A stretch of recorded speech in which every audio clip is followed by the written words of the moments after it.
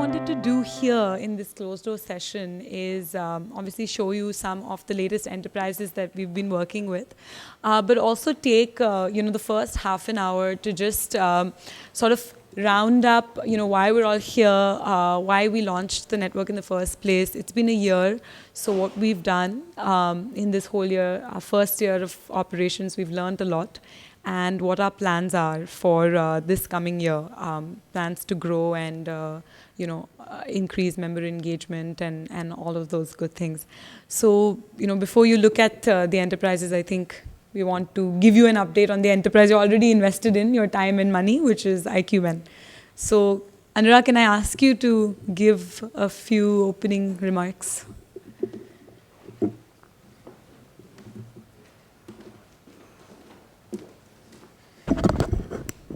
We are already running late, so I'll keep this short. Firstly, I just wanted to thank all of you for supporting IQVen. How IQVen came about was essentially, we've been trying to work with enterprises who are trying to take a business approach to development and trying to solve some core issues. And we've primarily helped them to raise capital through our investment banking practice. And what was happening increasingly was that there were some very interesting, very early stage companies that were coming to us, but we were finding it very hard to engage with them and take them to VCs and private equity investors, certainly not. So, and in our interactions, what we were finding was that we were meeting several people, even individuals who were running VC funds or private equity funds, or people in the corporate sector, or many of you who've basically been advising us at IntelliCap and helping us out. We thought there was a lot of appetite, interest, and ability to invest in these companies. So while there were other angel networks that were working, and there's Indian Angel Network, Prakash Nagaraj is here from there, Mumbai Angels, and we are trying to collaborate with others as well. We were saying that a lot of them were focused on mostly technology investments, and our effort was that we are trying to build this whole ecosystem around impact investing and social enterprises. Let's try and facilitate these angel investments and get a bunch of people who are committed to the space, who are ready to make these individual investments and showcase interesting companies that we come across to you. So this is still work in progress, and this is as much your entity as IntelliCap. So all of you are founding members of that. So this is more than anything else, I think we are seeking your inputs and advice on how to make this better. Thank you.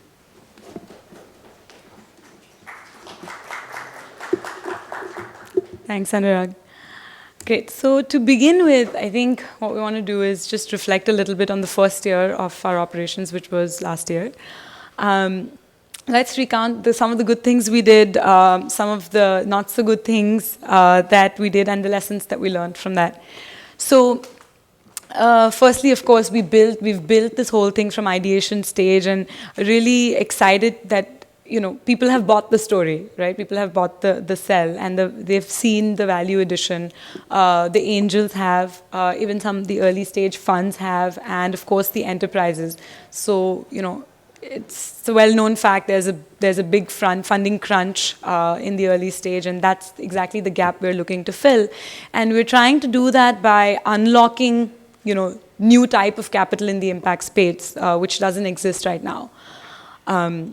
And so we've been able to sign up a few more than 30 investors, which we think is a good achievement. And we're looking to grow this base this year. We're looking to grow the active members this year. We've screened around 120 or so companies. Out of these, we've showcased about 15 to the members in various forms. First showcase happened exactly 1 year ago at Sankalp, where we showcased 8 enterprises. Out of those 8, 3 received investment, and and then we subsequently showcased enterprises ongoing over email. So that's one of the things that we wanted to talk about, because we feel that the whole virtual showcase might not have worked that well, but the members are so spread out. So how do we address that? That's something we want to get your inputs on as well. So 4 entities have received capital, amounting to a total of about 6 crores. then we started, these knowledge sharing tele-seminars. And this is something which is recent. We've just started in this year. The first one was in the beginning of Feb. And the reason that we thought that was good was, as we've been going around talking to angels and telling them, what will it take for you to, invest in impact, a lot of them said, we're not familiar with these sectors. So can we offer valuable mentoring or guidance to these enterprises? So the answer is absolutely. And most enterprises, I think, more than sectoral sort of micro knowledge, need guidance on how to raise capital, how to network, opening up local networks to them, and just even sort of a business model guidance and things like that. So, but we thought that we'll hold these sessions. We'll leverage sector experts that we have within Intellicap. We'll leverage sector experts that we know from the larger sort of Intellicap family and other connections to sort of get those conversations going. So we had one on affordable education, which was really well attended. I think there were over 28 people exactly dialed in, which was very good. There were some good questions. We had some entrepreneurs dialing in, talking about some of the challenges as well. Then we had one on the union budget and how it affects our sectors. That also went well, and people thought it was useful. We have monthly newsletters, which is another way that we share some sector updates, events, deals that are happening, and other things. So just trying to keep everybody updated with what's going on. And last but not least, we've started growing our team. We've hired Pranav, who's at the back over there, who had a big hand in putting this together about 2 months ago. And we're looking to hire one more person, hopefully in the next couple of months. So putting full force behind the initiative. So some of the things that we felt that can improve a lot this year were, the first thing is, all the angel networks, the successful ones that are around, attribute a lot of their success to the fact that the members know each other, they feel like a family, they piggyback on each other. There's also some sort of a herd mentality going on, but our members are very spread out. I think 8 cities is the count of how they're spread out. Out of that, 5 is in India and 3 are outside of India. So we want your inputs. How can we improve member engagement? Then the other one was some of the transactions. So actually, most of the companies we showed got interest, but we were not able to fill the deal. So say it's a 1 crore raise, we were able to get, say, 50 lakhs of interest, and we're not able to fill the deal. So one of the things that we're doing this year is actively going out even to other networks. I was talking to Naga about this yesterday, to partner and to say, okay, we're anchoring this, but can we fill it using some of the other networks as well? And I think once there's sort of more of a community feeling, that'll also get addressed. And initial transactions were slow, so iCure took around 8 months to go from the first showcase to the signing. But again, the latest one, Ulink, was relatively quicker and happened in about 4 months. So we're learning. So the lessons are higher amount of engagement, better showcasing of enterprises, and probably need to showcase a little more wider variety of ticket sizes. We've heard from a bunch of people that maybe we need to showcase a few smaller deals as well, sub 1 crore. So that's something that we want to talk more about. So how do we actually address each of these things? So I want this to be interactive. I don't want this to be a monologue. So can we hear from you? How should we engage engage all of you better? We want you to get to know each other better, so that the community feeling is developed. So one thing is, what we're thinking of in terms of even the showcase is we will, instead of showcasing over email, we'll hold 1 meetings like this at the beginning of every quarter in a different city each quarter. So this one is in Bombay. Next one we're thinking of about beginning of July in Delhi. So that improves the interaction you have with entrepreneurs, and hopefully once a quarter people can fly down to one place to meet with each other and to see the enterprises. And we're thinking of a Google group or an email list where people can email each other as well. What are some of the other ways in which we can do this? Any ideas?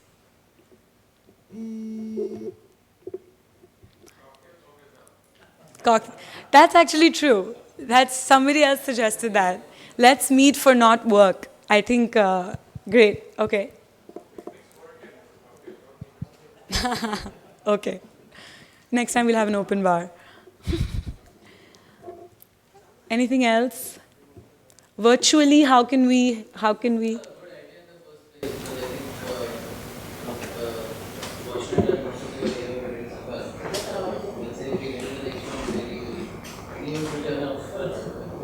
I think the critical thing is the numbers that you have. So I think now I can tell you that the numbers, for example, in IAM is 10 times the size of this. Right. So I think you need a critical mass because then the numbers, rupee numbers per investor also can be reasonable. Right. You have a band of 5 lakhs to 25 lakhs, 5 lakhs to 10 lakhs, 25 lakhs, it's not a great number. We have a lot more membership. And how do you attract those people? Because if IN is showing me so many deals and so many successful deals and it's charging me that amount of money, you want to charge the same amount of money, and it's out of sync. Right. Okay. So we need to grow the network and we need your help in that as well. Any other thoughts?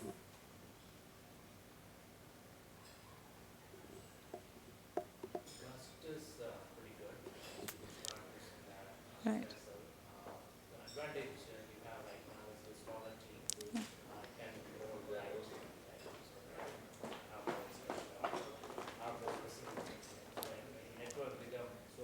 Hmm.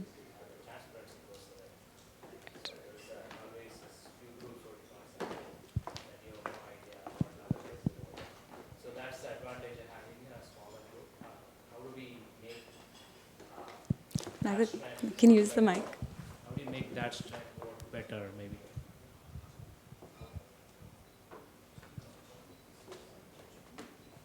So I was telling about using Gust, so that there is a visibility, and then people could probably discuss more. It's end of the day, it's all about what the pipeline is, right?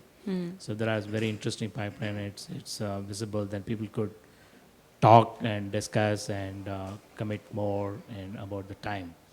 The other one is about where many of the networks struggling today is about active angels who can lead deals, right? Right.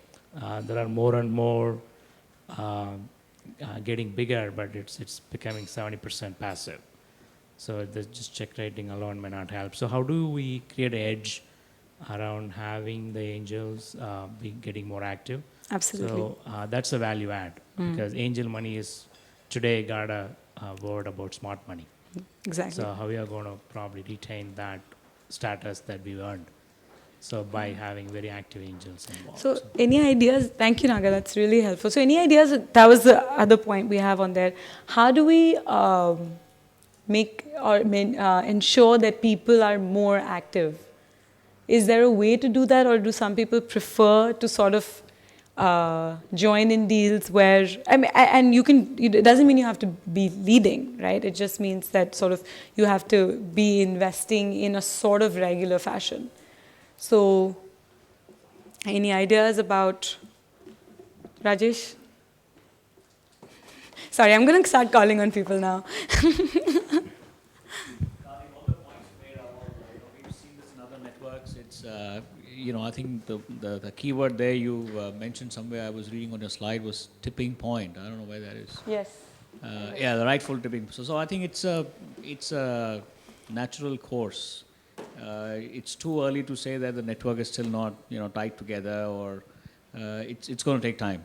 It's not that people knew each other and we just now going apart. It's not that. We're still trying to get together. Absolutely. And all these things that you mentioned there, con calls and meetings, in-person meetings across cities, I'm sure they'll help. So I'm not too perturbed that we're still not gelling well. Great. Okay. Sanjay, you had some thoughts? I've not been active during the last year, but thought has been, and do not have visibility in terms of what's been the activity behind.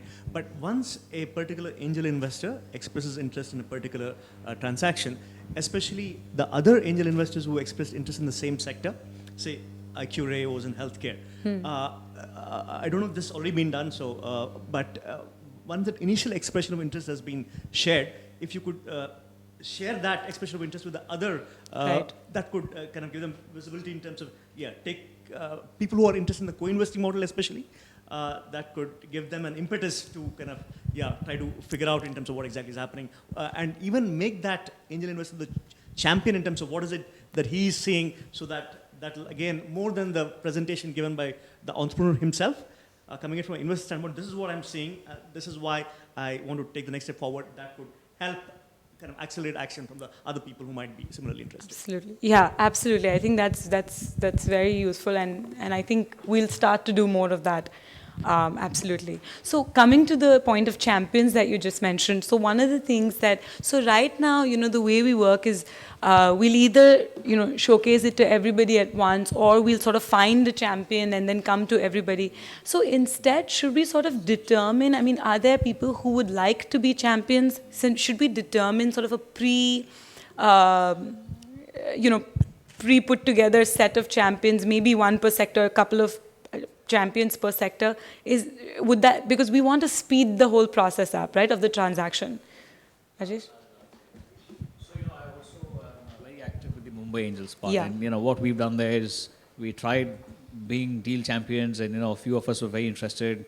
As, he rightly pointed out, the size of the group has gone up. Yeah. It's a chaos.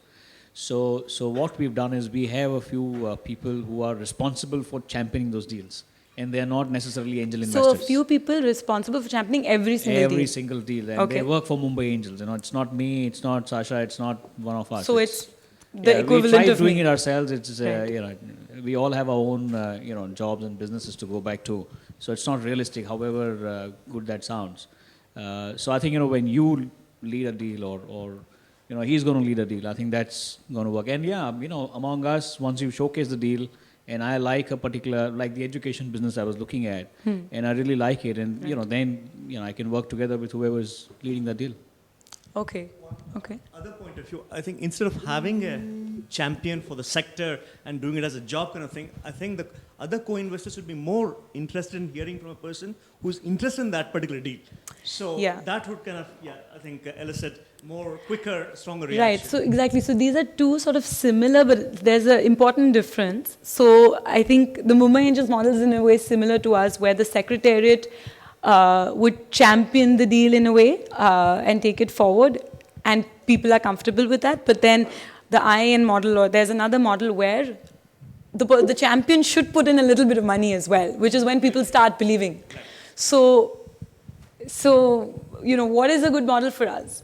Are people comfortable with us, with the whole backing of Intellicap sort of championing a deal? Because we have our own sort of internal process, obviously, of vetting, and then it goes to our internal small IC before coming to the people. So are people comfortable with us championing? And then, if we can identify, and once we get it out, if we can identify a champion, we're happy to let other people champion.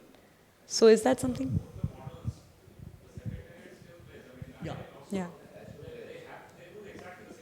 Huh. Okay.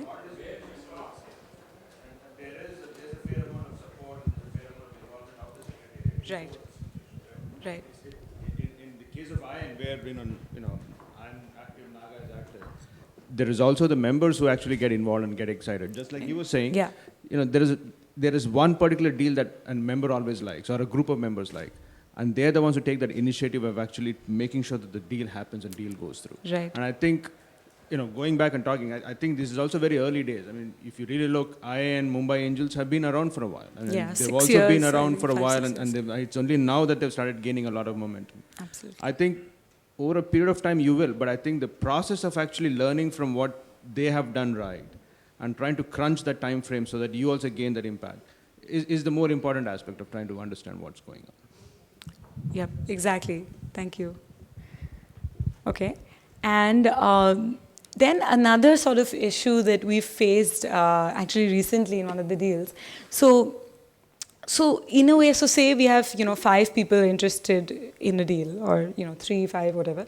And then, so should we sort of all talk together, decide the terms, and then give sort of one term sheet, and ever heard from other people that you should be in like an all or nothing. So you take these 5 together, or you can't say, oh, I only want 3 of them. That makes sense, right? So is that what we should do? So right now what we've been doing is a lot of there's some individual conversations that go forward, then we try to join, and then we've seen the entrepreneurs be like, okay, but we prefer them and not them, and that kind of stuff. And this is the whole function of, having that disparate, a little bit of a disparate group of investors. But the right way or the preferred way would be to go with one thing and say all these 5 people or nothing. What do people think? Praveen bhai? We should have a lead, right? Yes. Any deal, there should be a lead, and that person has to control the conversation. Even if there is sidetrack conversation happens, he should probably tie it all back together. As far as the entrepreneur is concerned, the contact with the lead is the important, and the secretariat. Okay. So these 2 are the very main things. So you need to establish that thing very early on. Right. Because in front of the entrepreneurs are here. Yes, we have some. Oh, wow. That's nice. Okay. So then we should have a it's okay, conversation. There are more investors. Yeah, so. okay. Okay. So make sure that establish that expectation from the entrepreneur perspective. Yeah. That's something we've now started to do once we saw this case. So secretariat and the lead, these are all the main contacts. All the side things, he said that, I said that, these are all okay, but what's coming out of the lead and secretariat is the final. Okay. Okay, don't let the lead down.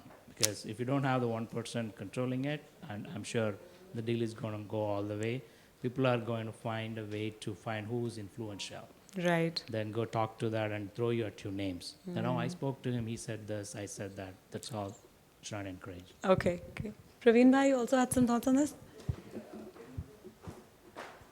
would be a good idea to create some kind of a templatized term sheet, and just so that both the entrepreneurs and the investors know that this is now, it can change 10% here, there, but it's not a reinvention every time. Absolutely. So that everybody knows what they will get, and this is more around what your rights are and how you will execute the rights and exit of, potential, etc., so that, everybody knows, because otherwise you have 5 people who are disparate. Absolutely. You may never get a term sheet out. Yeah, so that's what we've been trying to do. We've actually have a standard term sheet at this point, which we're, using in one transaction now, and we hopefully, we've used it in one before, and we hopefully plan to use it going forward. So that also helps in 2 other ways. 1, speeds up the whole process, and 2, I think there are a lot of the entrepreneurs we're working with are seeing a term sheet for the first time. So if you tell them, hey, this is something standard, I think that they also feel a lot more comfortable with it. Okay, theek hai, other people have also signed off their life in the same way. If you tell them, oh, this is like customized for you, and then I think it's a little less comfortable for them. So I think that's the other advantage. Yeah. So some of the individuals are talking about what we want, but you have many institutional members. So can we hear from them as to what will it take for them to participate in this I3 and investment rounds? Absolutely. Yeah.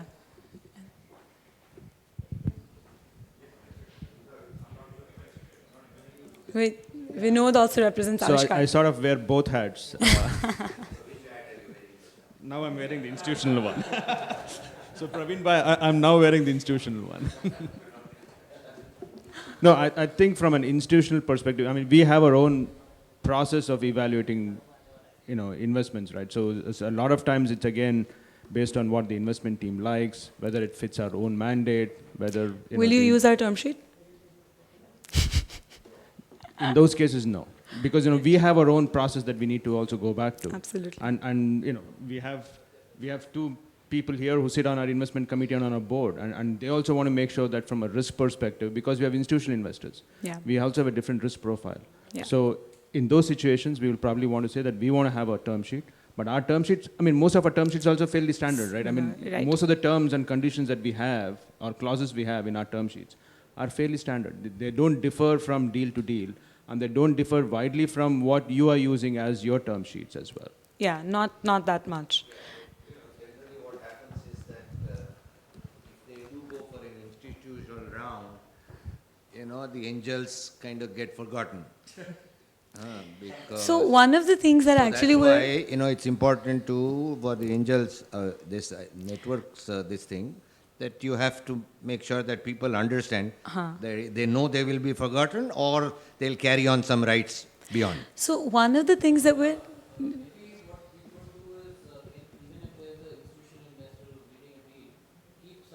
exactly.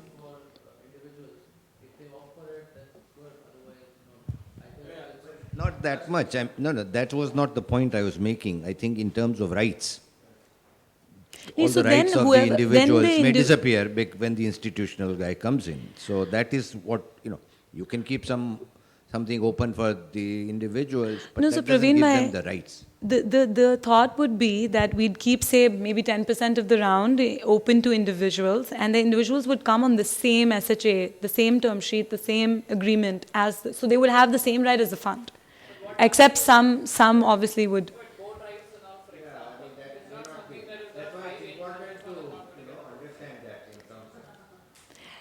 Yeah, but only if there are 5 HNIs as well, we'd want to have 1 representative on the board, right? So it's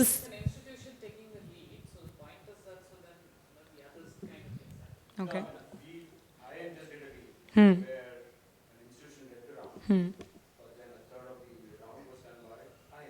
Right.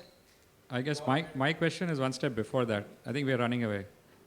I'm looking for an institution who's going to lead one of these deals. Until then, all of this is moot. So there's something happening here where I'm waiting for an institution to lead one of the... So ULink actually, which we just closed, was something that Avishkar led, and then 2 HNIs came. Yeah. It's actually more difficult. But yeah, but absolutely. We need a prototype.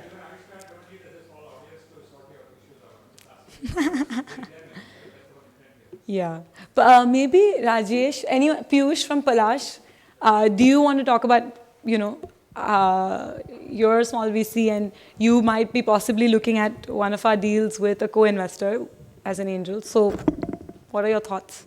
Hi. Hi everybody. We are just 1 month old, right? So just joined. So I think it's more listening, this time, and but definitely, let's see. As we are already, leading the, I think for DID and that house, that World House, right? Right. So I think we are not averse to that. We can take a lead. We have a full-fledged team with us, so we can take a lead. Not an issue. But do you think that if some angel joins with you, they'd get sidelined?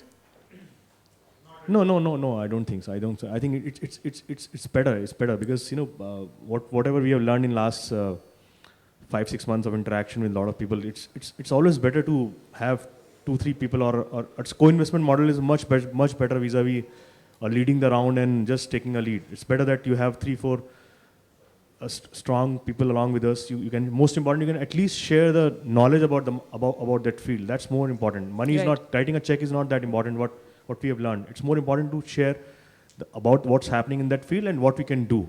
Right. I think we are open to that, and definitely, as we are just new, the things will move forward shortly. Great. Thank you.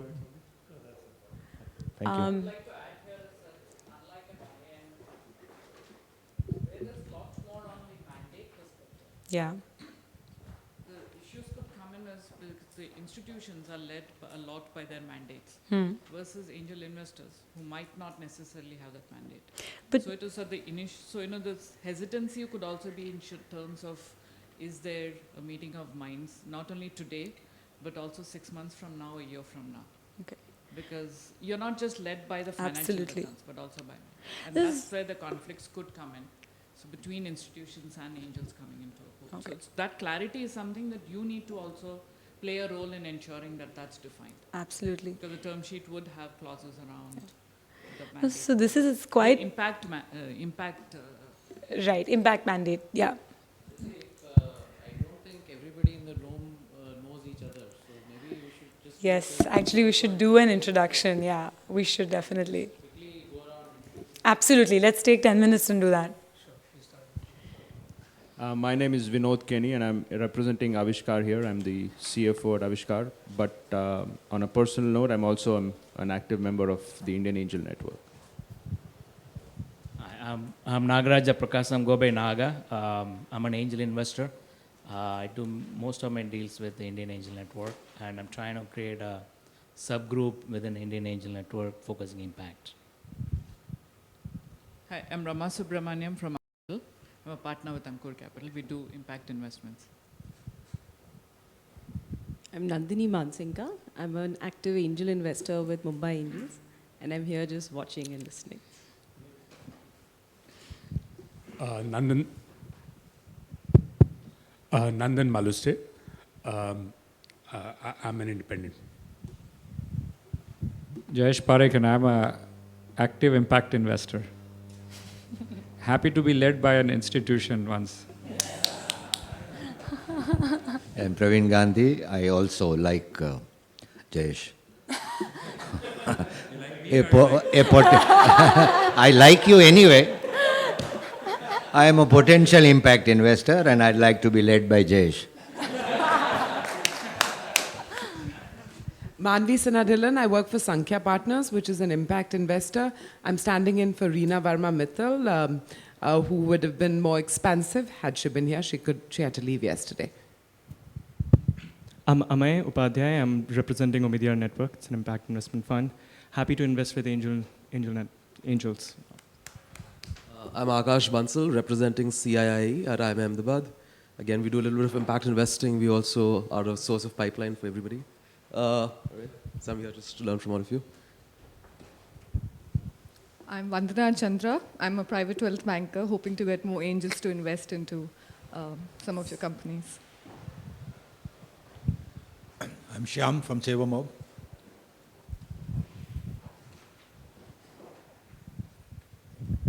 Hi, I'm Karan Gupta from Institute Fund, and just here to understand a little bit more about i3N. So. Reham Roy from Omnivore Partners.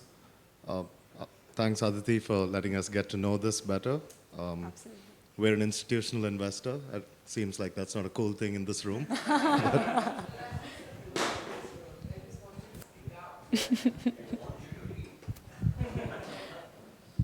Hi, I'm Vineet Sachdeva. I'm an independent angel investor. Hi, we are Team Palash. With me is Piyush Goel. I'm Rajesh Mehra. I'm a chartered accountant. With me is Tapesh and Priya Mukherjee. That's it. I'm Sanjay Kadaveru. I'm with Action for India. One of the programmatic focus areas for Action for India is setting up of regional hubs of social innovation around the country. We've got 5 different locations, 2 in North India, 3 in South India. If any of your portfolio investments are looking for market expansion opportunities in these hubs, love to hear more about it. Rajesh Sehgal, independent investor, very active on the Mumbai Angel side, still to make any impact here.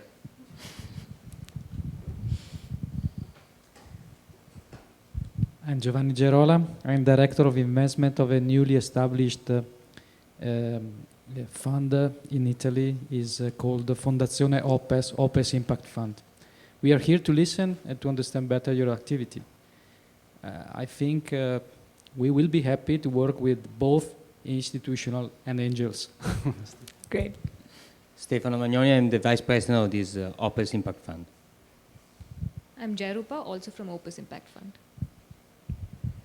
Hey, good morning. I'm Karan Mehta from Responsibility Social Investments. I'm just here to interact with the angels and the other institutions to get a feel of how this network works, and hopefully we can start contributing more to it as well.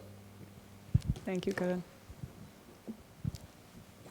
Thank you so much. That was really useful. Okay, we're dot on time, so I'm not going to spend. I think we've started some kind of conversations, and we want to take this forward. We'll do that in the networking break.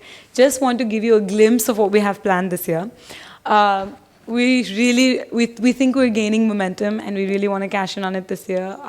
We have ambitious plans to grow, both in terms of the number of deals we're showing you, the number of deals hopefully that we can close, and increasing member engagement and expanding the member base, like Jayesh Bhai was saying. So, as I said, planning this sort of 4-city model quarterly, and Anurag's question was key. How many of you think that you can once a quarter come to a different city if it's not your own, and come and see these enterprises? Better identification of deal leads. These are things we've already talked about. We're aiming to showcase 20 enterprises this year, hopefully at least, and that means 5 a quarter. And we think that it's a good number this year. I mean, let me know if you think differently, because we will, the 2 or 3 member team will have time to really vet these deals and get the really good investable ones to you. Member engagement increasing, we already talked about this, so this is some of the things that we're thinking of doing, and we'll reach out to you more on that. And want to spend a little bit of time on the impact, expanding the member base. So, a few ideas came out yesterday from the panel where, Nandini mentioned NEN, and they're here and we've spoken to them, and they're running some workshop. It's like how to be an angel 101. And it's actually really interesting, and we think that, we can help maybe put an impact piece in there, and get a few people, excited through that. We're aiming to hold roundtables. We want to penetrate sort of a little bit out of the metros as well, because it's really untapped over there. There's a lot of money, too few proper investments happening. So, we'll leverage partners, TAI, CI, and others, going to Pune, Jaipur, hopefully Lucknow, Bhopal, and Calcutta we've already started. We were at the inauguration of Calcutta Angels, and working with them, sharing our pipeline with them as well. Other people we're trying to reach out to, sort of trying to think a little differently, private wealth managers. And we had a great conversation with Vandana yesterday, and hoping to have more such conversations. It's just trying to explore, is this even possible? What are they looking for? What is a good way to proceed? Can we just educate and spread awareness about impact? Right now, the conversation with private wealth managers would be at that level. Women HNIs, particularly targeting some family offices, we're already working with a couple. Thinking that, while we're doing this in India, maybe a couple of more cities outside would be good to gain some traction. We've seen some traction in Singapore, and, Jayesh Bhai is our cheerleader over there. And Dubai is also somewhere where we've started having a few conversations. We have a member already there. He's helping us sort of round up some people. And then, so basically tipping point. That's where we're trying to get. Hopefully we're not spreading ourselves too thin. Let us know if that's what you feel. Because the core remains to, really have a coherent group, show amazing deals that can, really alter the landscape of the sectors in which they're operating in, and close good deals, speed up transactions, and get money to enterprises, basically. Okay, so with that, are there any last couple of questions or remarks?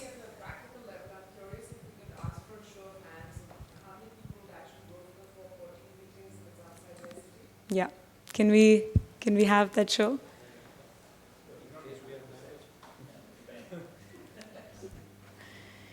So should we try? So we're planning the first one, Abhi, in July, second week probably in Delhi. So I'm telling you now, you have a 3-month window to block your calendar. Please block your calendars. We would love to have you guys there. And we'll talk more about this in the breaks. So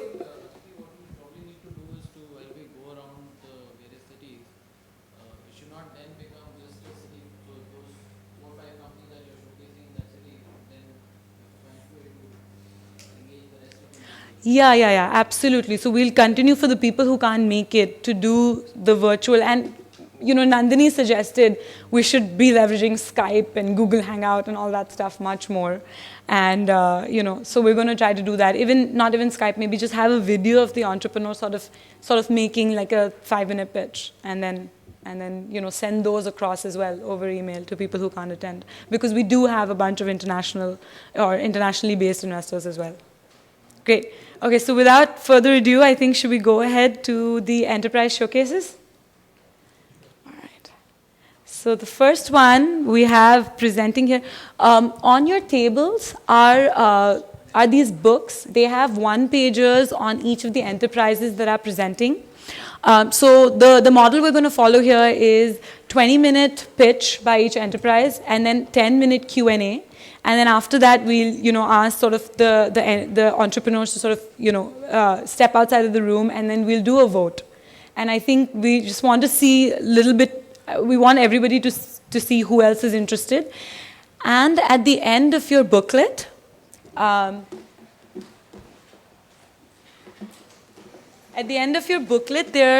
a one-page feedback form that looks like that. And we want to share this feedback form directly with the 4 enterprises. And so we think it'll be extremely valuable, not just the rating from 1 to 10, but also some comments if you can provide, how can they improve something. It doesn't have to be extensive, just a few words. We'll share this directly with the enterprise, so your feedback will be extremely valuable to them. So I think we can call...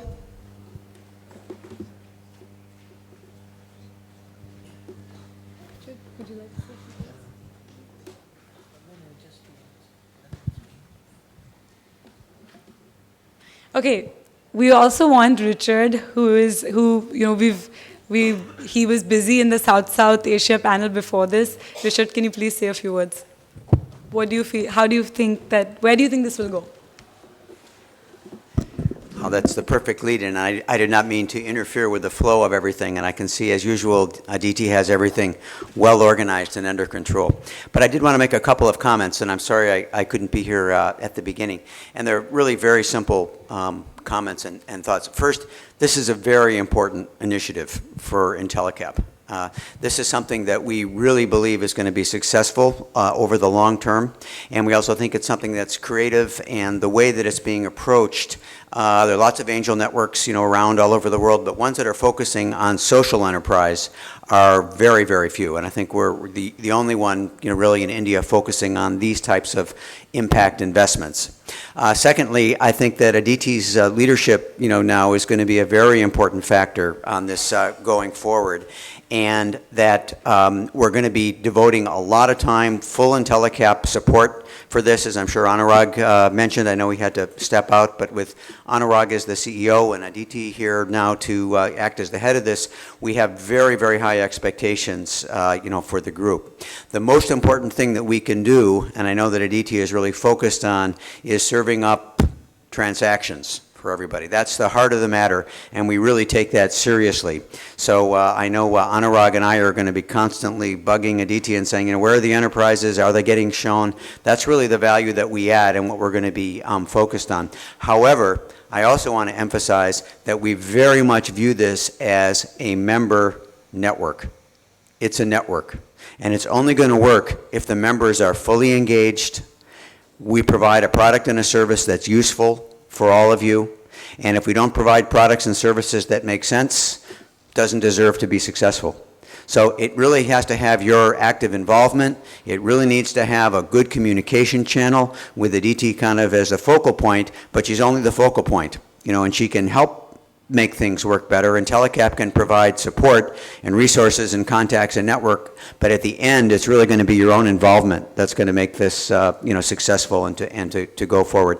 When we look at the angel networks in the U.S., for example, or other places where they've been very successful, particularly in the technology area, the reason that they're successful is because the members are fully engaged. They're engaged in sharing the investment opportunities, talking with each other, about the markets, working with the network coordinator to make things successful. And we hope that we can really replicate that here.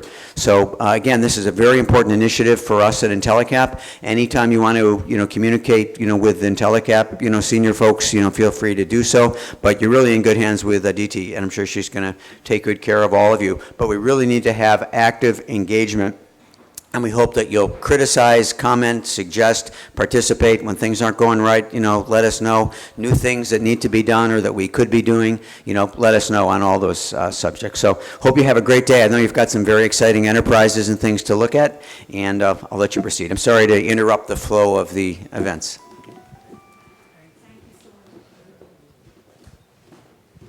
Thank you, Richard. Really inspiring as always. We'll start with Save a Mob. Can I please ask Shelley, who is the founder and CEO, to step up?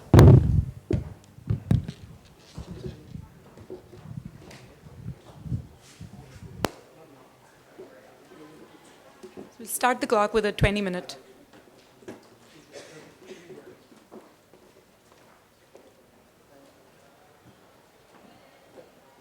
Tech.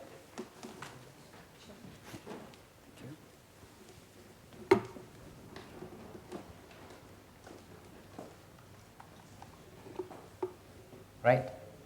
I can smell the money.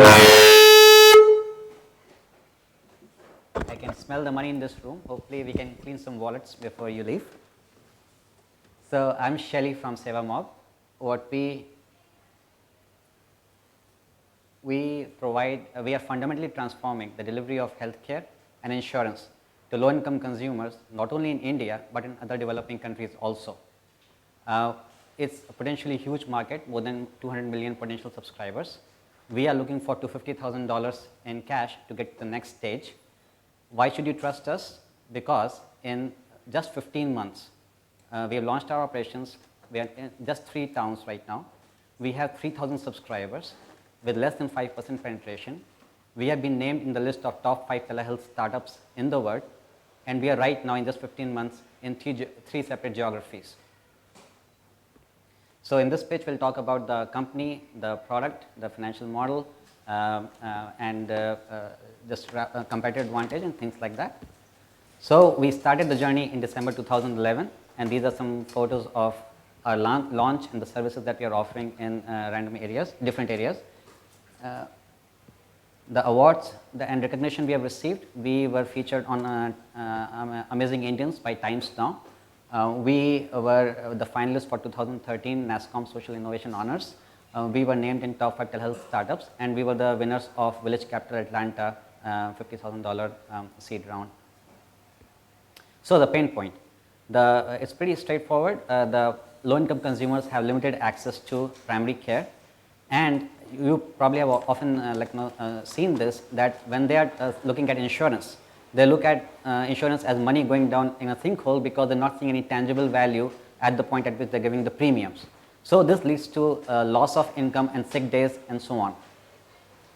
If you just look at 2 states, UP and Bihar, which are our initial target areas, there are more than 220 million people, 79% living in rural areas. So that's a huge potential market for us right there if we just look at the low-income consumers in urban as well as rural areas. So how does the product work? We have these field teams of doctors and sales reps which go out with an Android tablet to this remote as well as urban areas, and they capture the patient demographics, the electronic medical record, everything on the tablet. The software runs fully offline, so they don't need to have any network for this. Now let's say they need to they do all the preventive care at the doorstep. This includes blood pressure, blood sugar, nutrition management, height weight management, dental work, vision screening, ECG, everything is done right there.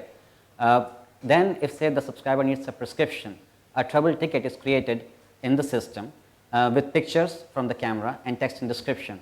That goes to our back office MBBS specialists. These guys either give the prescription or call the subscriber for additional information, or they'll set up an appointment. In case of emergency, the subscriber can call our 24/7 call center and get the same service delivered that way. We take the subscribers to our in-network hospitals, clinics, pathologies and so on. These give us a referral fee. Now if the subscriber has our inpatient health coverage, up to 50,000 rupees of care is at no extra charge in the hospital or clinic for them. So that's enough to take care of things like maternity and accidents and broken limbs and things like that. So technology. First of all, we have this electronic medical record which runs fully offline on the device. We have this mobile platform and application which runs fully offline with or without network. We use Android devices. The app already runs on several different device OSs, and in future we want to make it directly available to the end consumers. Then we have a backend portal through which we do a lot of detailed reporting. We do a lot of detailed tracking of the level of our service which we are offering in the field. We track the tickets which are being created, what type of tickets they are, what is the turnaround times on those tickets. We track every single thing about the business from our back office like portal. Now, the way we market this is, instead of going just door to door to each household, the model is a little different. We sign up customers in bulk from schools, from factories, from labor unions, construction unions, or all of these different organizations. So, for example, in schools, we'll sign up a couple of hundred students in one shot. We set up half-a-day health camp in each school, and there we'll do all the preventive care that we mentioned to you in half-a-day health camp. So, this way, each one of our field teams can do as many as 1,000 subscribers at full capacity in a given month. It costs us roughly 30,000 rupees per field team. So at list price, we can break even on each team with roughly 300 subscribers. We give discounts and some other things. So roughly we break even on each team at 500 to 600 subscribers. So just from basic subscription itself, we actually break even on each field team. The other way we market this thing is we work with resellers. So let's say you have a company, a portfolio company, which has a large number of low-income either consumers or a large number of employees who can benefit from primary care or insurance. We will set up an agreement with you. You keep 20% of the revenue, we will keep 80% of the revenue, we'll deliver the service, and so you have an incentive to basically use us and introduce us to your either customer base or to your employee base. We are also working with other NGOs. So for example, World Vision is an example of a NGO in Lucknow. They recently got a corporate sponsorship from Coca-Cola to provide some care to a bunch of schools. And so we are trying to set up an agreement with them to provide the primary care part of what they want to do in the schools. So pricing, we have two plans. The silver plan is basically primary care and accident insurance. The accident insurance amount depends upon the duration of the subscription. So for example, for a 3-month subscription, we'll give 50,000 rupees accident insurance. For a 6-month subscription, we'll give like a 50,000 rupees accident insurance. And we don't have our own policies. We bundle the policies from other guys like Oriental Insurance. Similarly, the 150 rupees plan additionally includes the 50,000 rupees inpatient health coverage. So again, that policy comes from New India Insurance. And just to explain something to you, we see ourselves as a healthcare and financial services company, where healthcare is the foot in the door. Insurance happens to be the first financial product which we are offering. Then we also want to do micro pensions, micro savings, and microfinance and other things. Those will never be our own products. We'll always source them from someone else. But those help us in having a recurring revenue stream if we can get a commission on those things. So the revenue stream is three basic revenue streams. One is the monthly subscription, as you are seeing here. Two is the referral fee which we get from our in-network service providers. So each pathology gives us a referral fee of around 45%. Each clinic and the hospital gives us 10 to 12% commissions. Each premium on the policy that we drive, we get 15% referral fee from those guys. And then as we add newer services, they will then add to the referral revenue stream. The third thing which you probably have understood by now is we are collecting a lot of data. Like Facebook, this data is extremely valuable. Unlike Facebook, we actually have very relevant data, not just where you ate something last night, right? And plus, we update that data every month because we do this once a month health camps at wherever whoever our subscribers are. So in future, say 3 years from now, we will be for example enabling Glaxo to run, say for example, a trial if they want to introduce a new diabetes drug trial in a certain area. We can tell them exactly where to go. You guys might have taken the Indigo flight while coming to Bombay. You might have seen them offering you Sensodyne toothpaste samples, right? So we have 3,000 subscribers right now whom we can offer the same toothpaste samples if we need to. So all of those then would be a big part of the ad revenue stream for us going forward. Then what we did was, in March, we added a new revenue stream. So we already had delivery teams in different areas. We were going to orphanages and old age homes. Now they get some subsidy from the government, but that subsidy is not enough to pay for the primary, even our basic subscription. So what we did was set up a simple website where somebody in the US or elsewhere can sponsor the healthcare of a person in an orphanage or an old age home for $4 subscriber a month, and in return get the health updates online of the person they are sponsoring. We are the only company in the world which can do full transparency on where a sponsor's money is going, and so they can track every single thing about how their subscription money is being spent and who is benefiting from it. So our competitive advantage. First of all, we have traditional vendors who are trying to set up physical clinics in remote areas. Now the problem with their model is they have to build a broadband connection out, they have to put like a physical clinic. Then some companies are trying to do the kiosk model. They realize that especially the low income people, they want an in-person interaction with the doctor. They don't want to sit in front of a screen, right? So then they have to staff the clinic. So before we know, they're back at the same problem where the government run primary care centers are.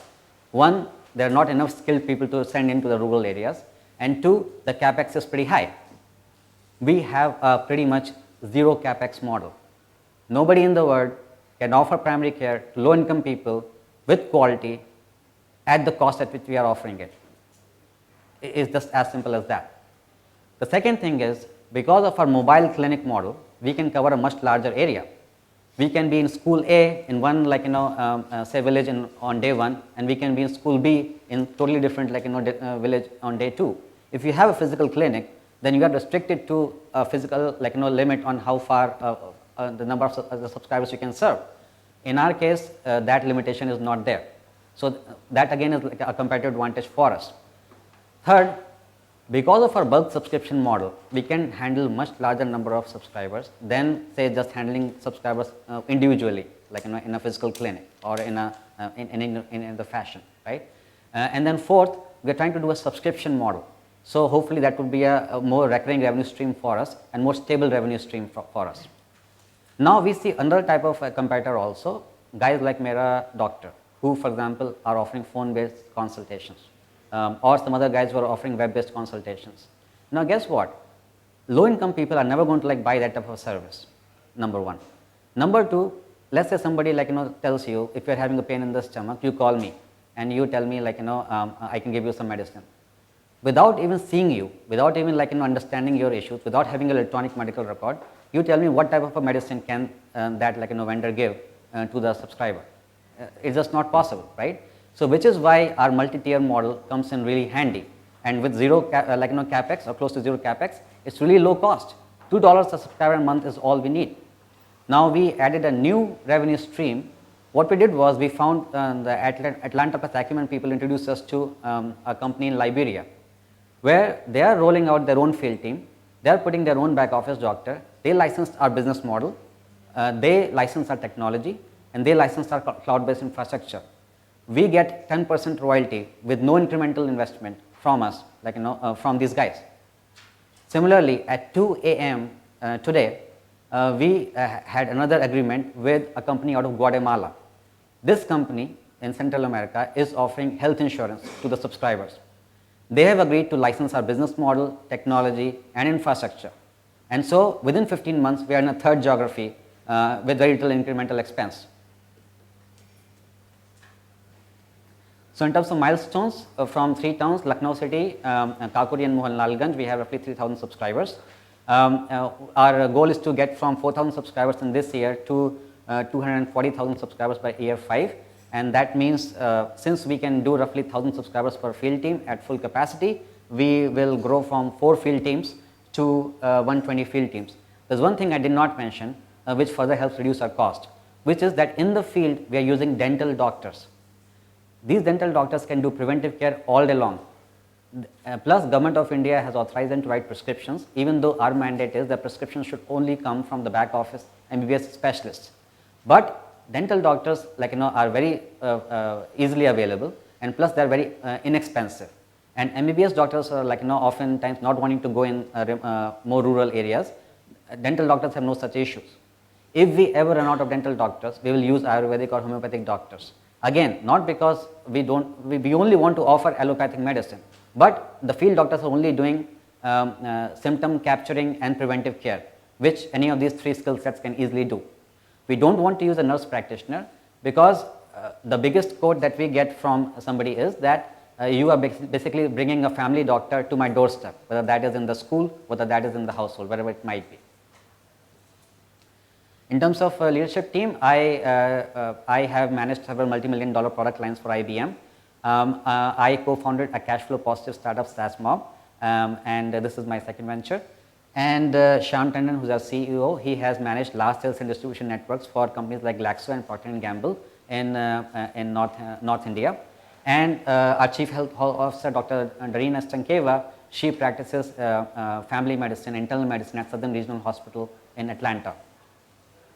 We have several advisors. Some of them have their own healthcare companies, which are very successful. One of our advisors, Katie Elizabeth, is actually the founder of TIEX, and she is the program director for TIE in Atlanta. In terms of financial snapshot, we want to grow from 80K in revenue this year to 9 million revenue by year 5. This is a very conservative model, and we can be much more aggressive based upon when we raise our rounds. We will break even in the third year based upon this. Funding. I put in $30,000 of our own cash into this business. We got 50K from Village Capital. That seed round, we received the check in last October, and that will last us until October this year because our burn rate is really low and our model is really capital efficient. I cannot stress enough, we are really, really capital efficient, and we are using it very wisely. And then we are looking for 250K. 100K will go for hiring additional field teams and expand in additional districts. Another 100K would be used for hiring back office headcounts, like more back office MBBS specialists and so on. These MBBS specialists, by the way, they run their own clinics. We pay them on a per ticket model, so again we reduce the cost that way. And then $50,000 would be used for other SG&A, marketing, and travel expenses and so on. So invest in SaaS now because one, it's a huge potential market, and we have a model which is extremely suitable for this specific target audience. This model would work very well for low income. We would not claim that this model would work for the middle income or upper income people because they have different expectations in terms of the service and delivery. We are at 3,000 subscribers from just 3 towns, and we are looking for 250K in funding, and we have gotten various awards and recognition in just 15 months of operation. So I'll only say that if with this on a shoestring budget we could do all this, imagine what we can do with 250K of your cash in the next 18 months. I'll just end with a simple video that will help.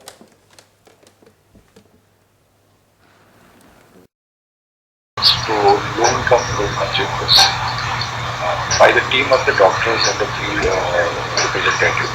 They carry Android tablet with them and supported by multiple centers, clinics. He carries out a routine checkup but also informs them about preventive methods. कोई इनकी chronic बीमारी है तो उसको भी बताता है, अगर जरूरत पड़ती है तो उनकी पैथोलॉजी टेस्ट भी कराता है, if required then specialist also तो ऑल हमको तो अच्छा फायदा लग रहा है। दवाई ला जिससे कोई तकलीफ होती वो लिख देते हैं, होती तो पास दे देते हैं, नहीं होती तो लिख देते हैं। Seva Mob has also started offering healthcare services to schools in the village of Dakur. जहाँ किसानों के बच्चे हैं ये लोग ज़्यादा जानते तो है नहीं, ज़्यादातर गाँव के लोग हैं, तो इस संबंध में उनको नॉलेज नहीं है कि क्या खाना चाहिए क्या नहीं खाना चाहिए, तो वहाँ पूरा दिन खाना खाते रहे या पूरा दिन छोड़ दें और खाने रखाएं तो जरा से दिक्कत हुई खाना छोड़ दिए।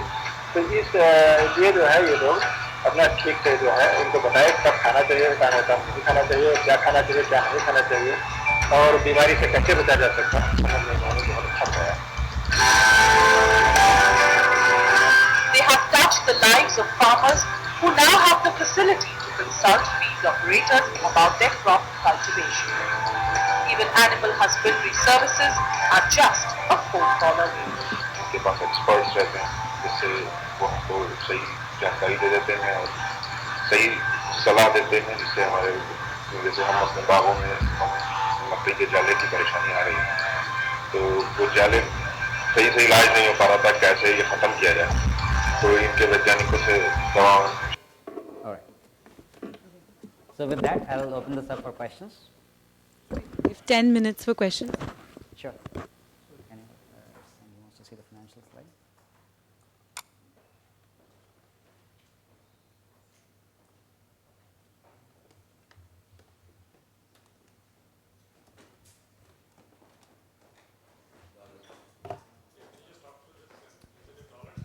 It's all in USD, yeah.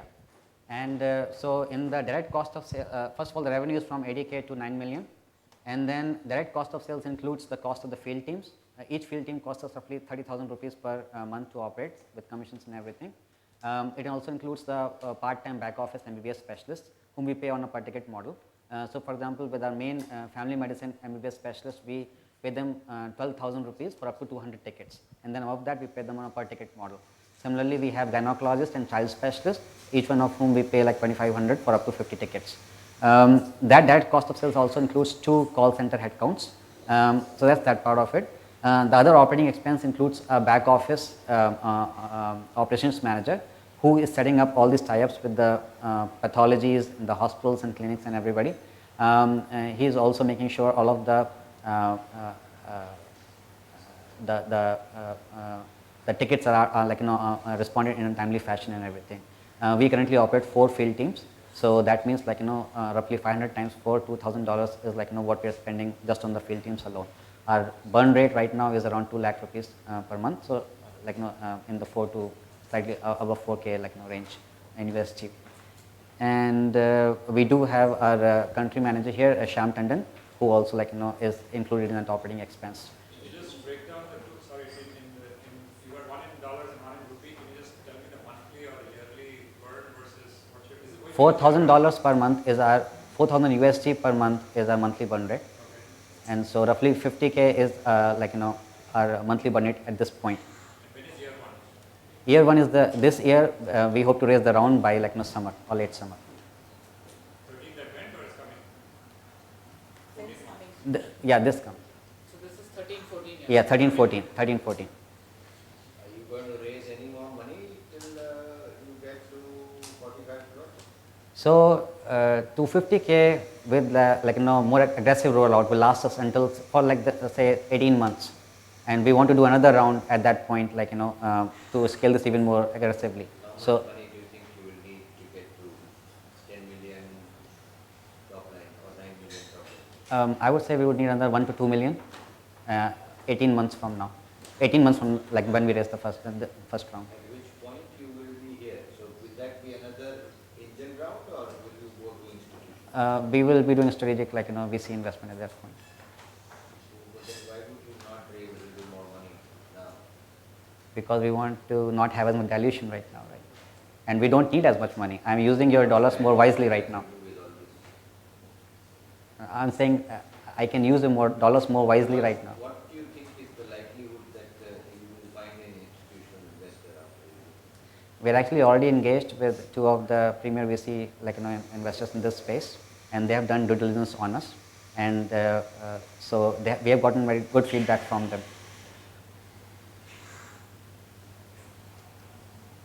When do you plan to relocate to India? It's actually a very good question. It's our competitive advantage and strength that I am in Atlanta. The 2 deals I've closed, one in Liberia and one in Guatemala, is because I'm in Atlanta. I did the initial seed capital because I am in Atlanta. I did it that way. And then the technology that you're seeing that we are developing here, I would love to show you a demo of that. That is the most cutting edge technology anywhere in the healthcare space, in India or elsewhere. And so I can do that because I'm in Atlanta. If I was out of Lucknow, that would not be feasible. My partner, Shyam Tandon, who is the Chief Operations Officer, he is based in Lucknow. I spend 1 week every month in Lucknow. I would do more if needed as needed. Where are you based? Atlanta.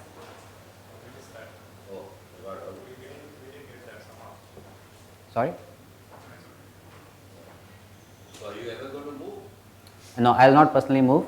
That's because we look at this as a global entity. We are already in 3 geographies. Okay. So basically, as I understand you, a package deal, healthcare as well as insurance. Yes. So the protections that you're offering, are they inclusive of the insurance component? Yes. So the basic plan includes accident insurance and the silver plan. And gold plan additionally includes the inpatient 50,000 rupees healthcare coverage. So the direct cost includes the cost of insurance? Yes. And so the policies which we get are government subsidized below poverty line rates, from these vendors. Okay, so what is the cost of insurance? So for example, the accident insurance costs us roughly 10 rupees per month on an average, and as like the duration increases, the premiums are a little lower. And similarly, the inpatient health coverage it costs us roughly 600 rupees, and so that's why we have a minimum 6 months commitment when it's the gold plan. So for the inpatient health coverage for 50,000, that costs us 600 rupees premium in a given financial year. So what we have done is we just added like that 600 to our basic pricing, and we require a minimum 6 months subscription from the customer when they're taking the gold plan. What do you think if, I mean, for 250,000, you have a valuation in mind? 1.5 million. 1.5 million. Yeah. At the seed round, we got 2 other term sheets along with Village Capital's term sheet. We did not take those, but those came in at 1 million.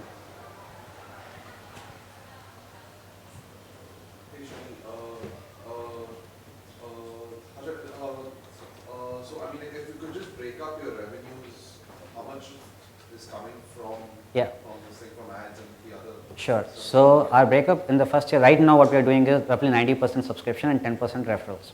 And as our subscriber base increases, this referral portion is going to go up. But right now it's 90-10. Between referrals and membership. And membership. What about the advertisement part of this? We are bundling the advertisement part at this point within the referral part itself. So the way we say it, we have not broken it out into separate line. That's approximately what is the percentage of that? I would say, let's say 3 years from now, when the ad revenue would become more relevant, we have roughly 25 to 35% of the total revenue coming in from referral / 25 to 35 of total revenue coming in from referral plus ad. So out of that, roughly the ad portion would be around 10%. So the referrals would be how much did you say of the overall? 25 to 35% in 3 years from now. Of that, 10%? Roughly half of it, would be from. So overall, you expect around 15% of your total revenue? Yes, yes. That's because the data is extremely valuable. I would have to show you offline, what we are collecting. And you also said that you would be distributing financial products.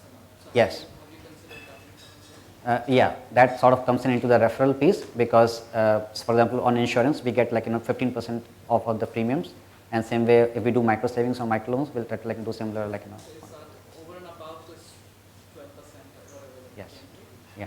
It's in from the No. So let's say 3 years from now, 25% of our revenue is referral plus ad, right? Half of that is ad and half of it is referral, right? And so that referral piece already includes any future referrals from future products as well as referrals from insurance or hospitals or clinics. Yes, it includes that. So, which means roughly close to about non-medical revenue is going to be close to 25%. Yes. One last question. Yes, all these 3,000 people, how many you've been successfully sold insurance to? I would say pretty much every single one of our individual subscribers, which right now are around 500 to 600, have the insurance product. A lot of these, like 3,000, have come in recently from schools. And so at the school level for kids, the insurance product does not make as much sense. So we primarily do the preventive care and the prescription. Monthly subscribers. Does your pricing policy change with these schools? Yeah, so what we do is list price we keep at 100 rupees and then we sell it in bulk to schools. We are getting 100 to 200 customers in one shot. So we drop that price to as low as 50% because insurance is not included as part of that. Right. The biggest challenge I see as you scale up is training your personnel. So when there is 2 or 3 individuals that you're targeting, you need to have a stronger control on how that is moving. But as it grows, yes. Is there a training program in place? There's a training program in place, plus from our software, I'd love to show you a demo offline. We do detailed tracking of everything which is happening in the field. So we do, for example, a survey after initial sign up, where we ask, was the payment receipt given, was the initial checkup done, was the service explained, was the welcome kit given, and so on. Similarly, we do surveys every couple of months to find out what is the satisfaction of the consumer with our different level of service providers in our network. But that entire set of monitoring that, Yes. It's Yeah. not just collecting the data. We monitor it. I can show you a report, but where I know exactly what is our satisfaction rating with each field team of our consumers, and how many subscribers of each type we have closed. We monitor every single thing in the software, which is why all of these other countries are are licensing the stuff from us. I think we have to wrap up the questions here. Thank you so much, Sherry. Thank you. Thank you. So we'll Seva Mob team to sort of just wait outside for a few minutes, and we'll take those minutes to vote and fill the feedback form, please.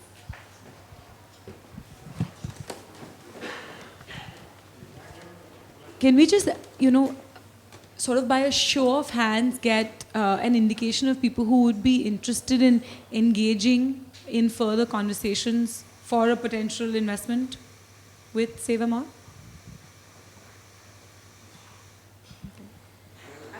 I'm speaking on behalf of Reena Parmamital. She's had actually extensive conversations with Seva Mob. She has clearly expressed her interest in leading this team.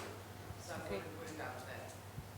Great, yeah. So I guess with Sankhya Partners, in the lead, I think Pranav, can you make a note of, yeah, great. So can we again please have a show of hands? All right. Okay, great. Opus, Responsibility, Ankur, Palash, Ajesh, Naga. Great. I think we would probably look at the second one. Yeah, it's a little bit small for you right now. Yeah. Okay, great. Yeah, sure. You want to come in the front? Okay. So if you could just fill out the feedback form, then we can go ahead with the next presentation.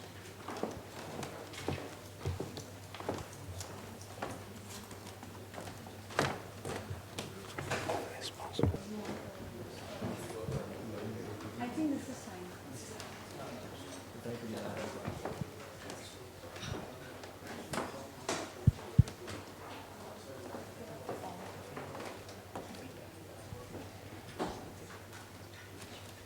Okay, so I think we're ready to start with the next enterprise. I am. Nidish? Yeah, please. Hello everyone, good afternoon. So I'm Nidish representing Green Nerds. So let me start with the name itself. Trying to get technology, people with design experience, people who understand the market, trying to get them together and provide solutions for a green cause. So as I just now explained, we launched automatic garbage machine after researching for around 6 to 8 months, understanding the challenges what are being faced while doing waste management. That's when this automatic garbage machine came into picture, and it's a complete solution for both biodegradable and non-biodegradable waste. I will explain about the process and how the machine looks like. So we have 2 installations, we have 3 more, around 5 installations. We have around 3 more, so 8 orders in hand totally. The concept was new. It took us time to present the concept initially. It took us like 1.5 years to run around, reach out to 250 odd urban local bodies in Karnataka. And that's now clicking, showing results. People are interested. The ask is around $500,000. The investment is to deliver the existing orders as well as cater to the orders which are in the pipeline, increase the sales team, have a research team, come up with servicing team so that the continuous servicing of the machine happens. That's the key in the government sector as well. So far funds raised.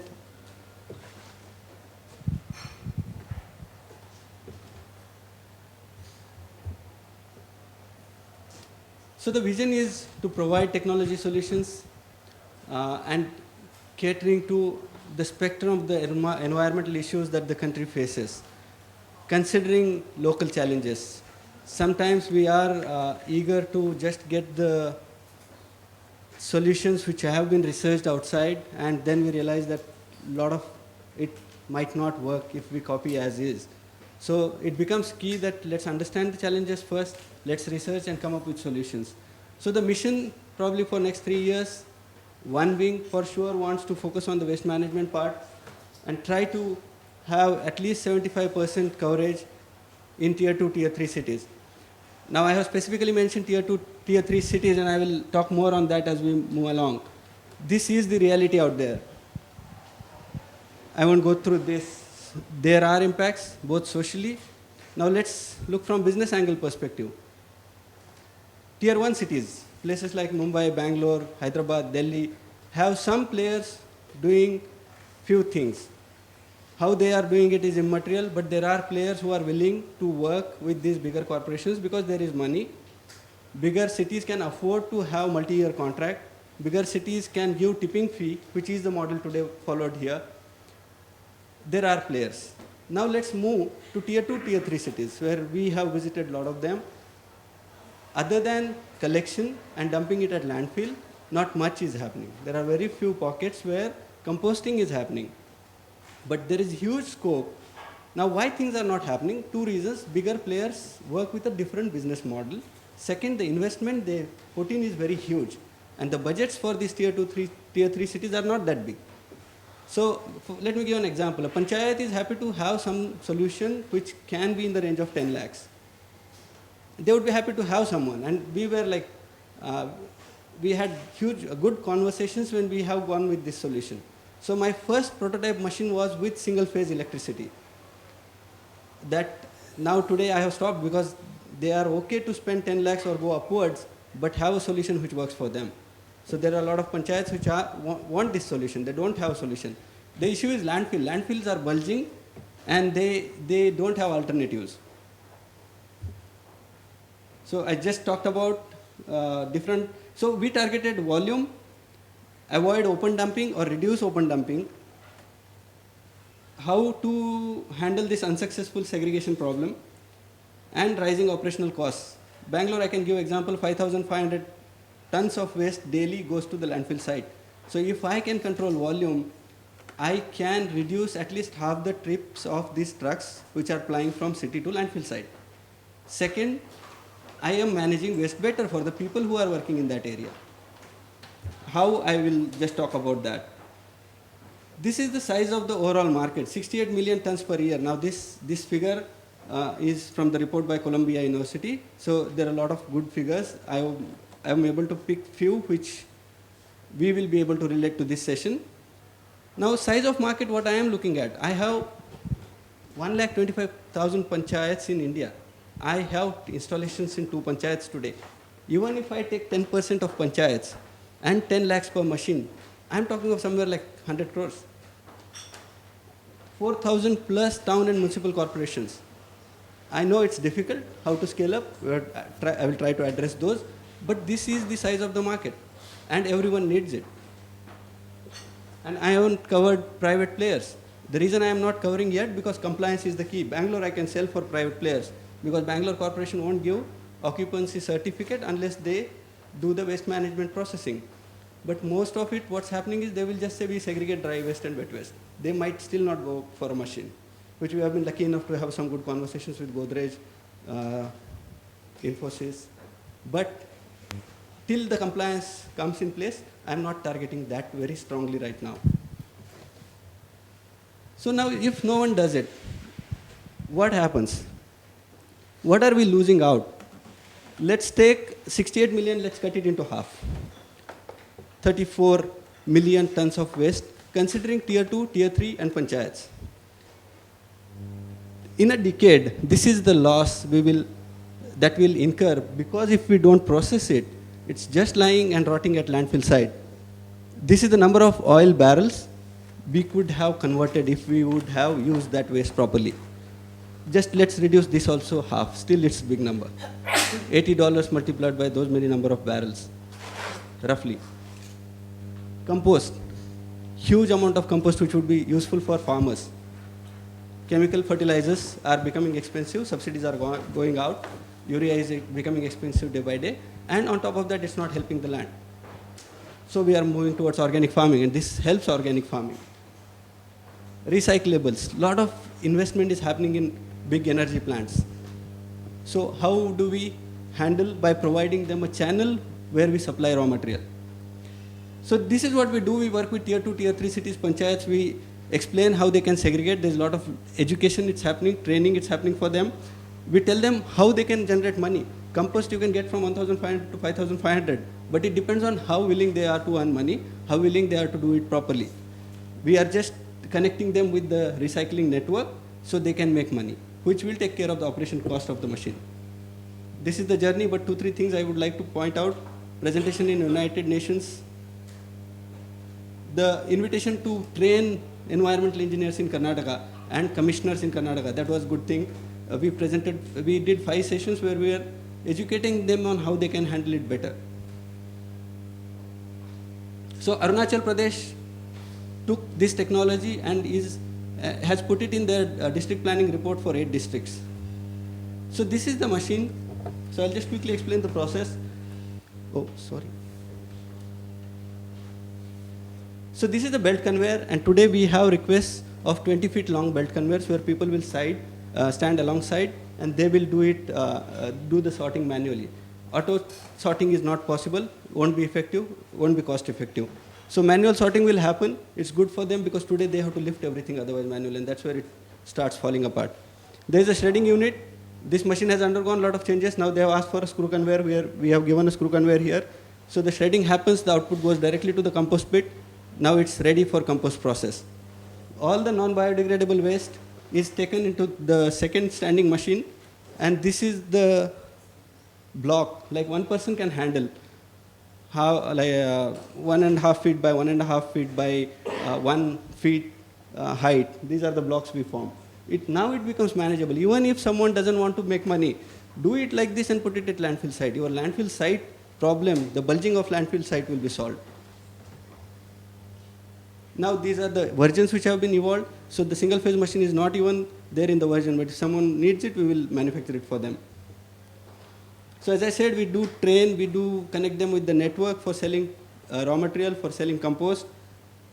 We want to have a network where we share the reports with DCs directly, that how a particular center is doing. So all those are in plan. Now roughly, as I said, a few big players. Obviously there are different business models. So I have tried to highlight what I do compared to what the big players do. Now here multi-year contract is one thing which everyone probably looks for, and I am okay without a contract because what I am trying to target is machine sales and set up the process. So these are the current customers on the left side where we have orders. The next is the customer pipeline. As soon as the elections are over, the tenders will be floated. And now we have figured out it took like 1.5 years to move, but it's making progress. So these are the testimonials where a lot of people have appreciated, and we got good coverage in local newspapers. Times, Entrepreneur magazine covered us. Got an opportunity to present with Professor Anil Gupta, where we shared a stage where we shared sustainable ideas. I got opportunity to interact with 9 different countries, and most of them from developing countries said this would help us as well. This is the entrepreneur coverage, and there were interviews taken with environmental engineers who are using it, who have visited the site, who have seen how it's working, whose inputs have shaped up the machine. So this is the team with experience of 45 years, corporate experience, entrepreneurial experience. I have design engineer who has like 35 years of experience in the industry. So it's a big team. So from competition perspective, if I look at it, I have seen many places where local fabricator has supplied something which doesn't work. That's not the aim. We want to provide quality solutions. Right now the margins are less. My thought process is to have volume sales so that I can bump up my margins with volume sales. So what do I plan to do? Today we do have sales. Everyone looks after everything today. So down the line I will have corporate sales, government sales, private sales. Then in customer support I would like to increase the team. Research is the big focus. I want to get into universal composting for private sales, for private solutions. Operations 1 member. So right now we are targeting Karnataka. We want to move out of Karnataka. We want to research on private solutions by 2014, 2015. By 2015, 2016, we would like to move to some forward-looking states and come up with new product lines, which we have an idea based on our research and field presence for last 2 years. These are the financials. So we plan to do 3 crores, and when I say we plan to, it's my core team. But today we have new channels which have been opened up for us, where distributors have approached us, and those distributors have been working with government sector for last 5 years. So they have the connect. So I have a tie-up with one distributor who has 120 people on ground across districts in Karnataka. And the company which he has been doing business with has the distribution network across India. But I am going slow, step by step. Right now I'm tying up with him for Karnataka, and as and when we scale up, we will move outside Karnataka easily. So we have established those channels. Time when, it's our call when we want to time it now to move out. How do we plan to use the funding that we get? We want to strengthen the team, have to have infrastructure, right now operating from home. I do have a vendor network where I go and spend my time while machine is being manufactured. Want to spend time in R&D, or at least have a team which can come up with new solutions. And then initial working capital, obviously, because it's government, I will have to put in money before I sell. Thank you. I'm open to take questions. I would open up the floor and I will show something which, now what I spoke about was tier 2, tier 3 cities to start with. It doesn't mean that I don't want to go to bigger cities, but I will handle it differently, and I will show the presentation or the vision, how I would handle a bigger city. Please. Any questions? Till then, I would be happy to answer. It's USD. It's in USD. 3 crores. 3 crores. Sorry for the confusion. I just put in USD at the top. Yeah. So 3 crores is actual based on. Last year's was supposed to be 33 lakhs, but 2 machines got delayed. Now April I am sending. But financial year wise, it would be 17.2 or 17.3 lakhs. USD roughly. Okay, fine. Yes, sir. How defensible is this technology? So technology being mechanical, I won't say it's very defensible, but my machines have evolved. My third machine is third version. Fourth machine will be fourth version, depending upon the market feedback. Second, based on what I have seen, local fabricators can come in, but the quality of work doesn't match with what we do. We had that happening in Kundapur district, but they took like somewhere around 5 months to complete their work, and the quality is not great. So yes, that challenge would be there, but I would move with new products, and I am giving solutions. So here I am not replying to their tender, but I am saying you buy this. That's the difference between the way we plan to work in this sector. Typically, these panchayats or whatever, Yeah. they buy the machines and do it themselves, or they're really looking for service? Yes, valid question. They were looking for service. I didn't have the capacity to service them as of today, so I have tied with a distributor who gives them service. So I am giving complete solution. But then the distributor buys it from you and gives it to panchayat and provides. Yeah, so that model is also worked out for Bangalore. So my money inflow, cash inflow problem gets solved. So that is the model I am working. In smaller places, there are no distributors either. So what I am doing is with this distributor from Bangalore, I am saying, help me service this machine in Kapu Panchayat. He is willing to do that because he is seeing. Actually get some bank funding against actual contracts in small business. Yes, sir, that is also in pipeline. Service would be a Yes. good cash flow business for you. Service is troublesome business because my focus is design and providing. If I don't give this machine, I am trying to create an impact by giving innovative solutions. Service can be done, not an issue, but I will do it once I have cluster of machines installed. That way I don't have to at least run around. Saying service by servicing the equipment in as much as taking monthly. Agreed. The investment of the machine is yours, but you do keep taking the monthly payments from. Agreed, sir. Yes, yes. So, It's just a service that I take your garbage. yes, sir. To be frank, yes, that we have thought, and my thought process to that is, if I give that option today, everyone will say, okay, come and install the machine. The problem is I won't be able to recover cost of my machine today. So what I am saying is, I will do that. Government, being government, their challenges, they have their challenges. What will happen is machine moves in. Some service guy, if we are able to provide, well and good, it will keep running. If they have to manage the show in 6 months, 8 months, they will say, boss, come in and run. By then, if I have 50 installations, I would be happy to do that. So that way I recover my machine cost first, and then go into services. Yes, yes, certainly. Because this just capital business, capital goods business. Yes, sir. Is very lumpy. Yes. And it leads to some I- issues on working capital. So I agree and open for that option as well, provided it fits in Like we can go along and keep moving. That's the aim.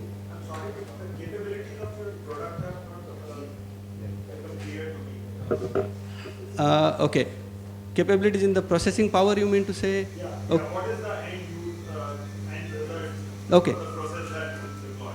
So after the sorting, whatever biodegradable goes out, we shred it. Now we increase the surface area and we add culture. So the compost making process speedens up. Otherwise, naturally it will take 6 months.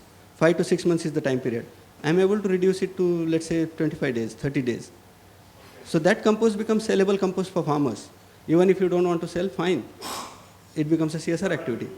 Sort of a financial model where, you know, the buyer generates that revenue and deploys that to pay back to you. Yeah, so right now my focus is selling machines. That model is out there. There are people who are willing to buy. So I am not worried about that part then. Because there is existing market. Recyclables, I have connects where people are willing to buy 2 rupees per kg plastics. Give me anything, I will buy for 2 rupees. What I am going forward and telling operations is separate out PET bottles. You will get better rates. They can sell, we will connect them. Down the line, as Mr. Sir asked, if I have 50 installations, I will say I will buy everything. But I need volumes for that. And I need to establish myself. Then it's like I will buy everything. I can plan, let's say 100 installations I have, I can think of setting up an energy plant as well, because raw materials won't be an issue for me then. I operate the centers, I have access to raw material, and I can convert it into energy on a large scale. So today is step 1. So if you look from top of the pyramid, an energy plant, if we have to set up, unless this network is established, it becomes difficult to get a constant feed of raw material. That's the challenge when we visited a lot of players. That's what we got to know. Are the core management team all family members? No, the surname, last name is the same, but we come from the same region, Mangalore region. But but we are open to have more members from other states as well.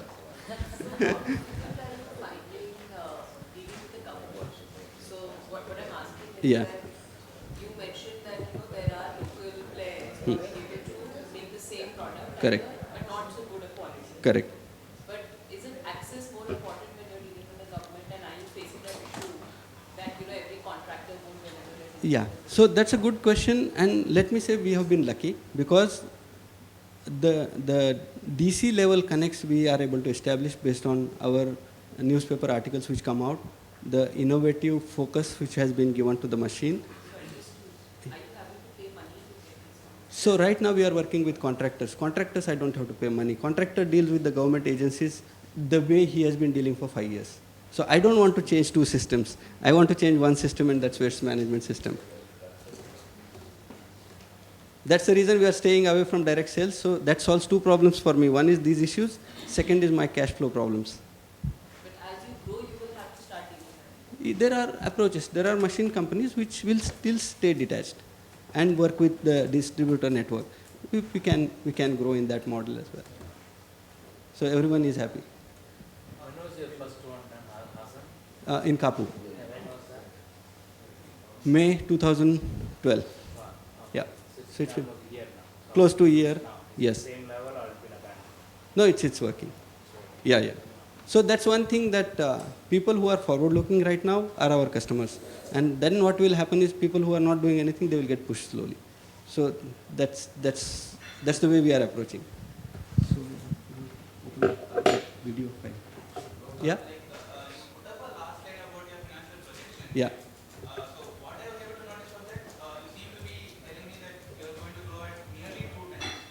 75% I have put it. Yeah. So 2012, the reason is, 2012 I would have closed somewhere around 33 lakhs. But next year I am saying 3 crores. The gap is huge, but whatever work happened in last 1 year, 1.5 years is showing results. So to be frank, government sells 5 to 7 visits before I sell anything. So it's not easy, but now we have understood, we have made progress.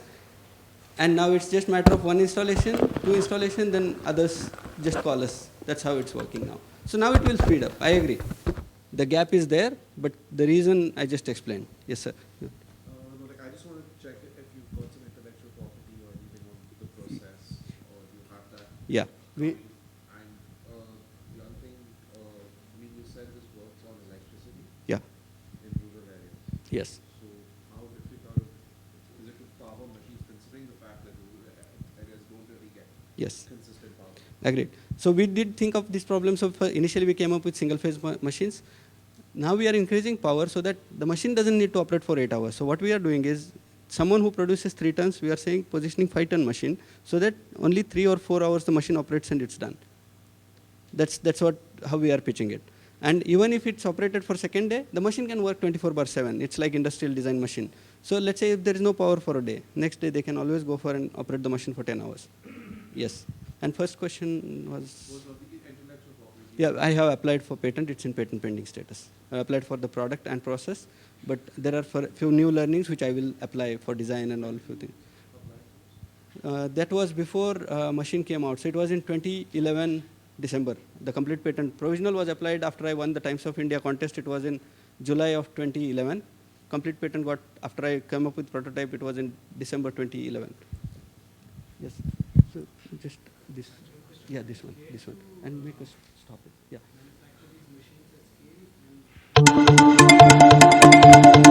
Yeah. So yeah, to scale up machine manufacturing, I have tied up with vendors who have been in the industry for last like 20-30 years, who have setups which are big and scalable. So I have tied up with them. So one is in Maharashtra, one is in Karnataka. So the Maharashtra vendor is giving me things which are clear cut. Now the designs have been frozen. Karnataka, because it's in Bangalore, I visit that place where the design is changing and I need new features to be added. I have kept that in Bangalore. So it's scalable model. That's the thought process. If it needs more to scale, we will plan it. And on a per machine basis, yeah. When you improve scale from the current year to 3 crores, yeah. How much does the gross margin improve? So right now, still it won't be that much jump because we spend a lot in lot of activities. There are still make and break because features, as I said, I keep adding.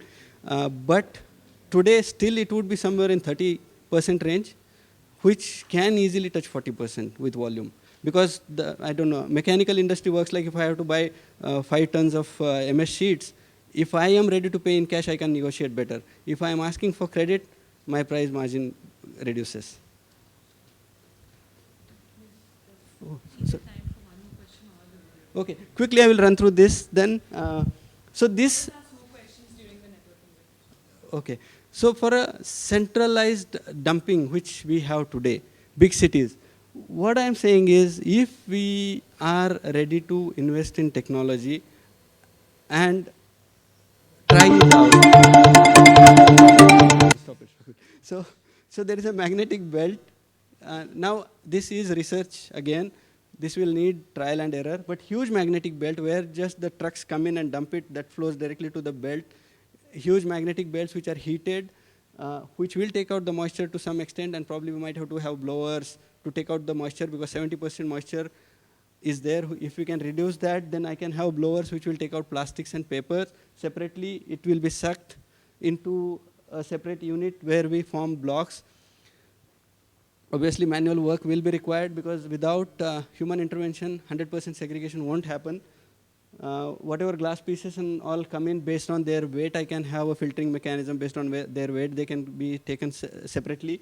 Whatever comes, the final touch, people do it. Now those machines are the machines which I have shown, shredding machines or block making machines. We make blocks, and outside of this each and every conveyor belt is going to a recycling plant outside. So I have like a small town. This is my operational area. The belts go into the recycling plant. So there is a village where all the trucks come in with the raw material, the garbage daily morning, and maybe in the evening the trucks are leaving where the finished goods are prepared, either recycled plastic or pallets of recycled plastic. Compost will be after 10th day, but daily it can start after 10th day. So that's the vision. Obviously it will take a long time and a lot of government help as well. Any questions? Yes. Yes, but volume is important. If I can cater to volume. Yeah. Sorry, sir, then I didn't get the. One machine. Yeah.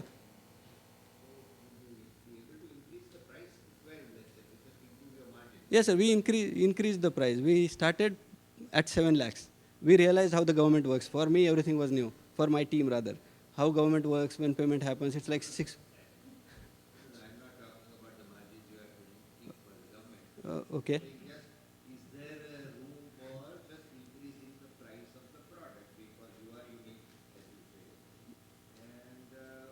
Ye- ye- Yes, sir. I would increase the price to cater to the budget range they have. That's the reason I'm not.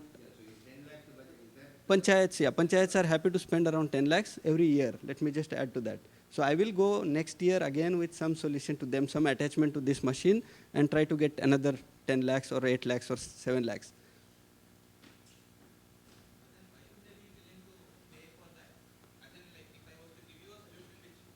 Yeah.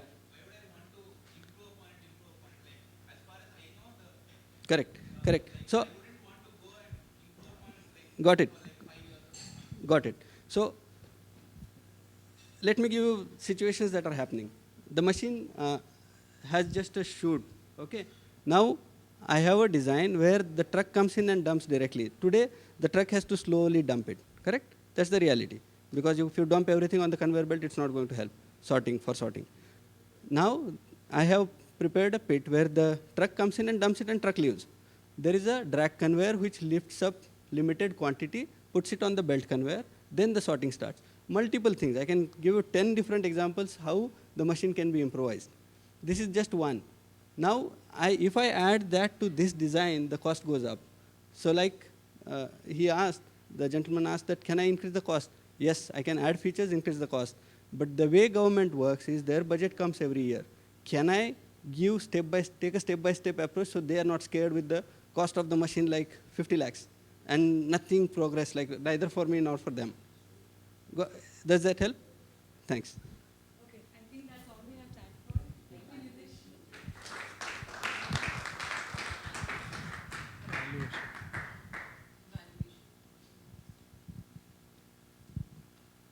So like, that's a tough part for people like us, I guess. If you tell me, I would happily take that figure. The reason being, the day I started, I didn't know if I can sell one, to be frank. Today, I am confident I can sell. I have prepared a plan for 10 crores. Here I am showing 3 crores. But because of the distribution network I got last month, I have planned for 10 crores. I haven't put that here in the figure. Now, what would you value me at? That's really confusing, but I would go the way market expects me to grow and the way feedback I receive and the way orders I will get. That's how I will grow. Thank you. Thank you.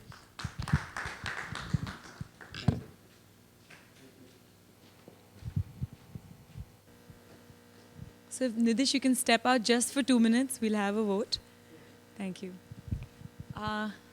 Yeah, can we please do again the show of hands?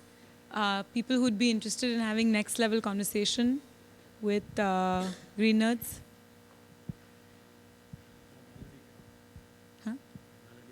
Okay. Anybody else? Okay, sorry, can you? Okay, Vineet.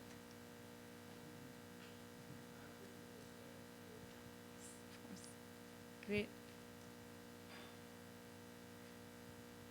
Is it too early to ask if anybody who's interested would like to lead? Karthik?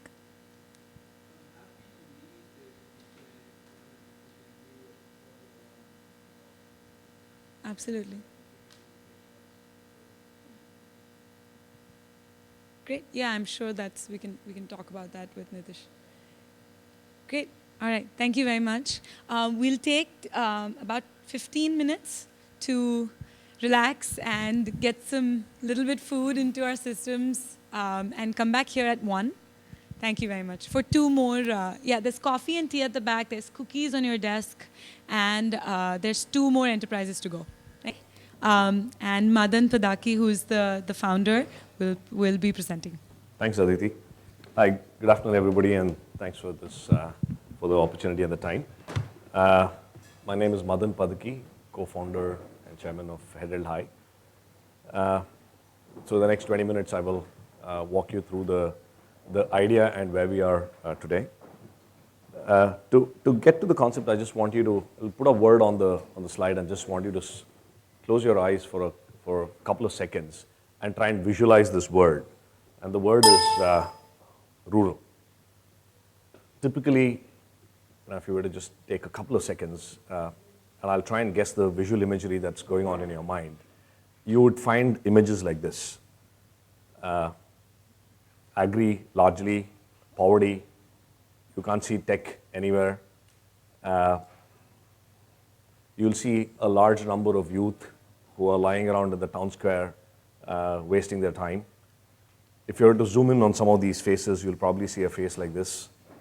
And if I were to ask you, what do you think this person has done, is doing, the most likely answer will be, probably dropped out of school, works as a cowherd, earns about 200, 300 rupees a day if he's not on the Norega thing, right? And most of it, this definition of this person could be true. In Meritrack, company that I founded about 13 years ago, one of the things that plagued me always was this issue of employability. We were the first ones to do an engineering employability study, an MBA employability, so on and so forth. And my worldview is some are employable, some are not, and that's the way the world is. Till about 5 years ago, I chanced upon a group of people who are trying to figure out what can we do with rural youth to eradicate rural poverty, and can we set up BPOs? And that was the hypothesis. The hypothesis was you could take people like this and train them to do knowledge work in some finite period of time, right? And I was saying, may not be possible. But we went around with this experiment to say, what does it take for us to take a person like this from one extreme of unemployability to another extreme of employability? And that's how we went to the villages around Karnataka, chanced upon Ramesh. This is, by the way, a person called Ramesh. And I'll just play a 10-second video. Ramesh is 18 years of age, never been to school, never held a pencil in his life, works as a cowherd, earns about 10 rupees a day, 12 siblings, a landless laborer dad. And this is Ramesh. For those of you who can understand Kannada, all he's saying is parents' name, brother's name, sister's name. You can't even string a sentence together in Kannada in any form of fashion, right? So we did an experiment where we took 8 people like Ramesh. We cajoled them, convinced their parents, got them, put them up in a house in Bangalore. And we hired a BPO trainer who vanished during lunchtime on day 1 because the guy said, you must be mad. I can't train graduates in Bangalore. You expect me to train kids like this.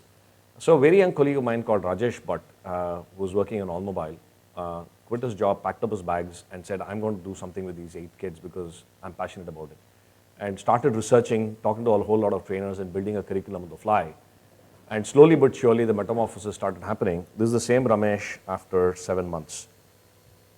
I hope the video plays. Yes, it does. I'm Ramesh from Raichur. When I was in my village, I did not know how to write even my name in Kannada. In my village, I always wore dhoti. I never traveled on the bus. I did not know what's the time and what's the watch. I knew only 2 things, go to farm or sunrise, came back home or sunset. I had never visited a city. I did not know about city life. When I first came to Bangalore, I could not speak to anyone. And I also scared to touch a computer. When I started to learn in English, I was so scared because I did not know how to write ABCD. After the 7 months, I can type minimum at 40 words per minute. A month ago, I went to my village for my brother's wedding. My mother told me, please sir, come and have a seat. She did not recognize me. She asked, who are you? I told her, I am Ramesh, your son. As she didn't believe. Then I showed my ID card on which earlier photo was there. She looked at the photo for a while and hugged. And after every moment she cried with the tears of happiness. I never can forget that experience. Thank you.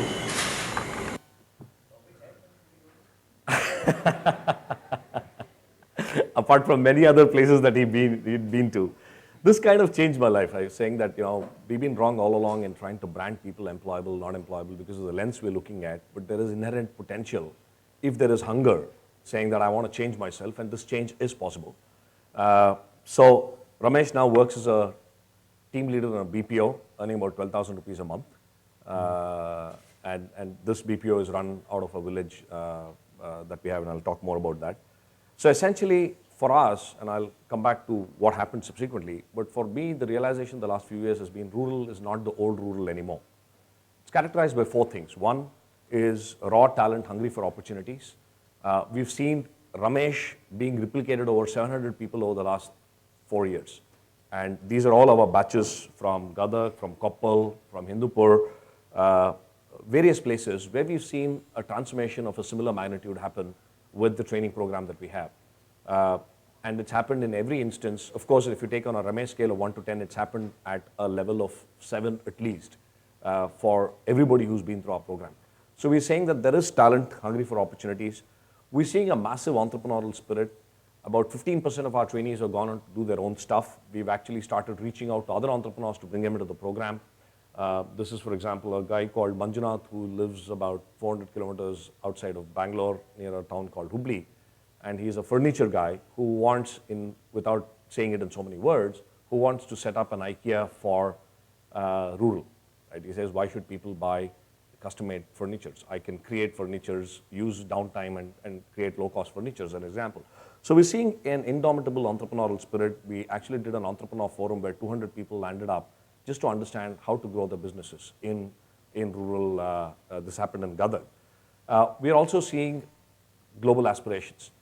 We actually did an aspiration survey in Gadag, and when I show you the results, and if I were to not tell you where this is from, you can't guess whether these aspirations are from people in the Mumbai, Bangalore, or a Gadag, because they aspire for the same stuff. And lastly is massive information access. What they do with information is the second thing, but they have access to information. So one of the things that has been kind of playing on my mind is the last few years, whenever I talk rural, there's a certain perception that comes up, the same imagery that you saw. And I'm saying if it's not the old rural anymore, we need a new tag. So if you take raw talent, entrepreneurial spirit, aspirations, and information access. So we have a new term called Rubens. We're saying this is the new rural urbans who will potentially change the way rural India thinks and behaves. And Rubenomics is a term that we've coined to create a construct to understand economics and define newer business models for these rural urbans. This is a preamble of sorts to say, which is exactly what Head Held High is all about, and how do you bring the power of the Rubens to fore, right? So ours is an enterprise to unleash the power of the Rubens through platforms for talent transformation and employment generation in rural, which is largely tier 3 towns and below in the district headquarters that we operate in. A quick story on evolution. As I mentioned, we did the Magnificent 8. We call them as the Magnificent 8 because they showed us what is possible.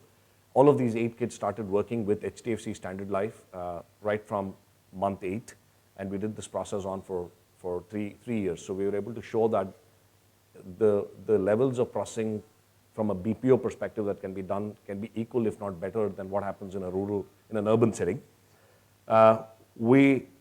The first question that came to my mind when I saw this as an advisor was, hey, will this scale? Are these 8 guys destined to change? Will Rajesh be cloned? Right? So we did an experiment where we went back to the villages. We took 120 kids, 0 to 5th grade dropouts. We used trainers from the local community, Gulbarga, Raichur, where we hired fresh MBA, MSW graduates, trained them to be trainers, and ran the training program in the village.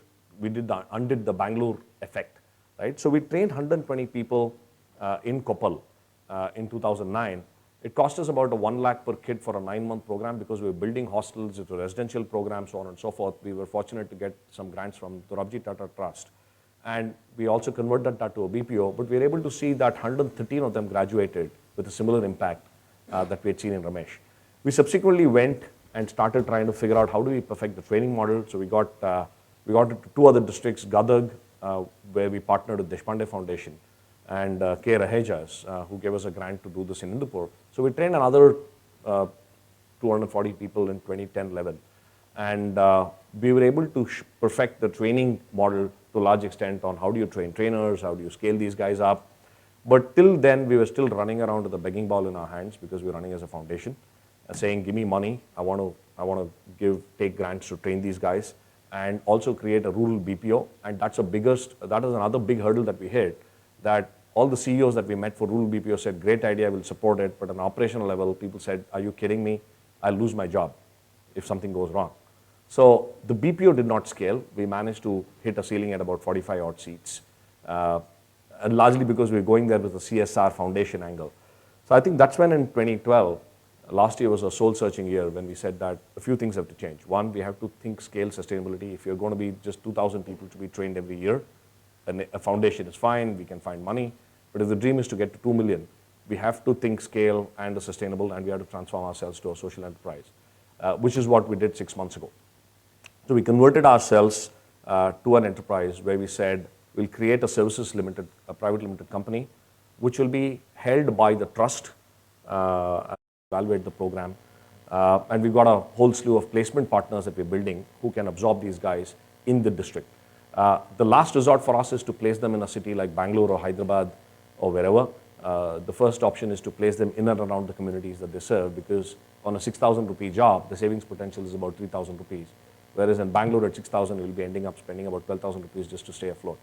The second part of the business where we are looking at rural opportunities is we run a rural BPO, a 40-seater in Hindupur, 25-seater in Gadag. We have customers, annuities, longer-term partners. I love saying this, it's ironical, but whenever a graduate in Gurgaon quits Genpact, the termination letter is sent by a zero-educated villager from Hindupur. We run the entire HR exit process for Genpact. We do the onboarding process for Emphasis. We're doing a data entry process for a UK-based customer. For Career 360, we help build a database of some 3,500 odd engineering colleges. So essentially, all the stuff that could be done in the city could be done, and we have centers of excellence to prove that with actually SLAs being met. We also expanded the definition of BPO. We partner now with Ashoka Foundation, which is a customer, to run rural surveys. So 12 women trainees are equipped with a tablet and are doing surveys of malnutrition and pregnant women. We've got contracted to do about 10,000 surveys in 4 districts. So it becomes an extension of the definition of BPO, and that becomes another model. The eventual model, and I'll just, this is phase 2, is to create an umbrella of rural BPO organizations and develop business and develop capabilities for them, which will help us scale the model. So the dream is not to be a 5,000-seater BPO ourselves, but the dream is to create a platform that will enable 500,000 seats over the next 10 years. And that's what we're working on. We actually have a partner network. We signed up our first partner in Chamarajanagar 2 weeks ago. We've been able to generate our first proposal for a Ruben source partner of around 5 crores that we've put on the table now. So today, we have a network of 400 seats that we can fill up the capacity, and that's growing. So the model is not our standard rural BPO model, but how do you enable rural BPO entrepreneurs to scale their offerings itself. The last part, and the other part that we're getting to, is how do you then bring operational excellence. So we're working with a partner who has a very good dashboard that we have started rolling out to our customers. The last part is how do you use the talent that we have to help them get market opportunities. So we partnered with entities like Barefoot Power, Equity, where they're coming into Gadag and hiring our people, and the entrepreneurs have identified are delivering these services, and that becomes another employment generation model for us. Sattva, I believe that we have to scale only through partners, so Sattva is a partner which is helping us out. We've also recently tied up with Wharton and Knowledge at Wharton to create awareness for rural entrepreneur development programs. Several other recognition awards, I'll skip over that. We also happy to share that we did our first Rubenomics talk on TEDx recently.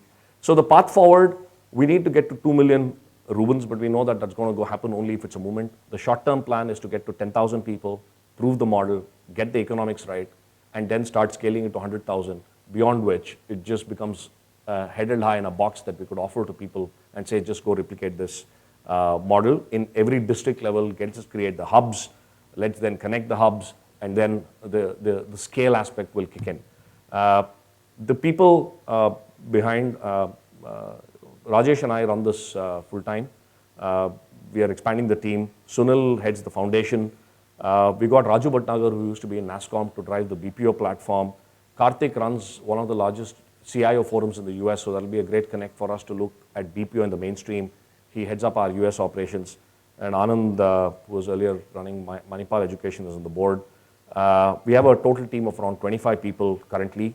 And we have a fairly illustrious bunch of people on the foundation side who are looking at models where the services arm becomes the execution arm for ideas created by the foundation. 3 revenue streams: training placements, BPO and knowledge services where customers pay us for it, and eventually a transaction fee on the platform.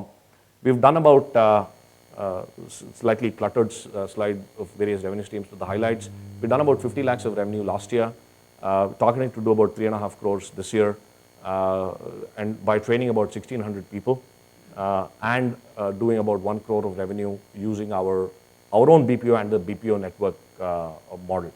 And the idea is to scale this to about 10,000 in the next 3 years, in the next 24 to 30 months, beyond which the next level of plan will start playing out. Last slide, getting to about, we're looking to raise about an angel round of around 2.5 crores, essentially to scale the training program, to build a sales network, and to experiment with models for the entrepreneur side, and eventually about a 3 to 5 crores of a Series A round. We already have raised about 75 lakhs with commitments for another 50 lakhs in the pipeline from 3 investors. The shareholders agreement, subscription agreements, all signed, done, money in the bank from these 3 gentlemen who come in as angel investors. And yeah, that's the. We're looking for the remaining. We need to raise another 1.5 crores for the rest of the year, which will see us through to the next round of the larger fundraise. So that's the quick part of the story. This is Ramesh and Chandru who worked with us, and they were a part of the TEDx talk as well. So, no, TEDx is a longer talk of 18 minutes. But thank you.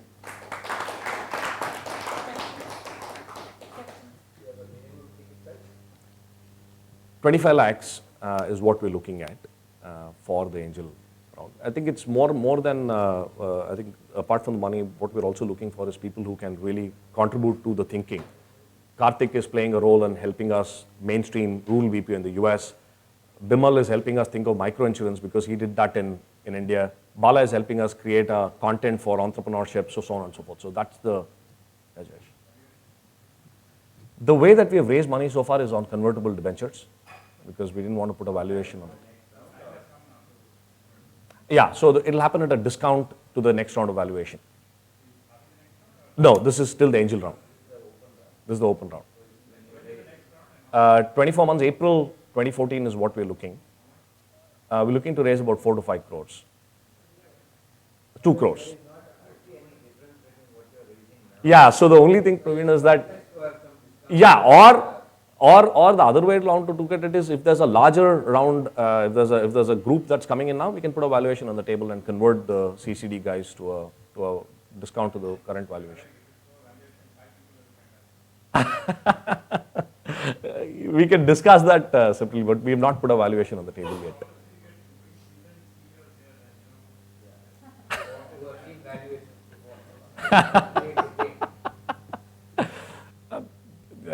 We see the valuations game, so happy to.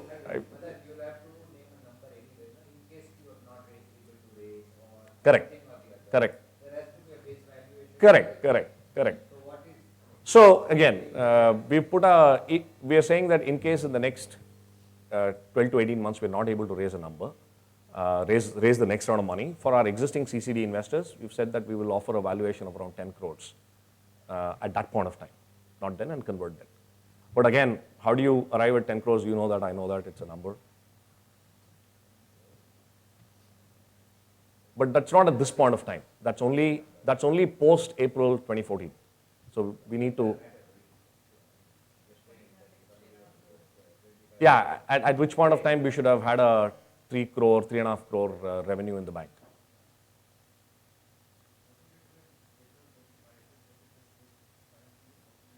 Three and a half crores of revenue. We will break even at a unit level, operational level. We have to fund the overheads of scaling it up for the next year.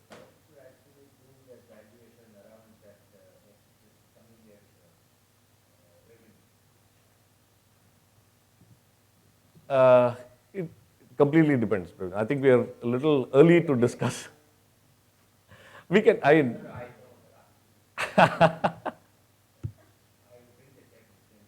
Absolutely.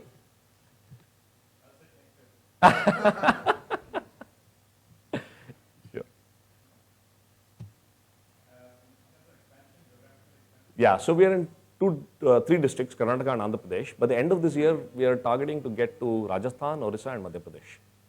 We have conversations going already.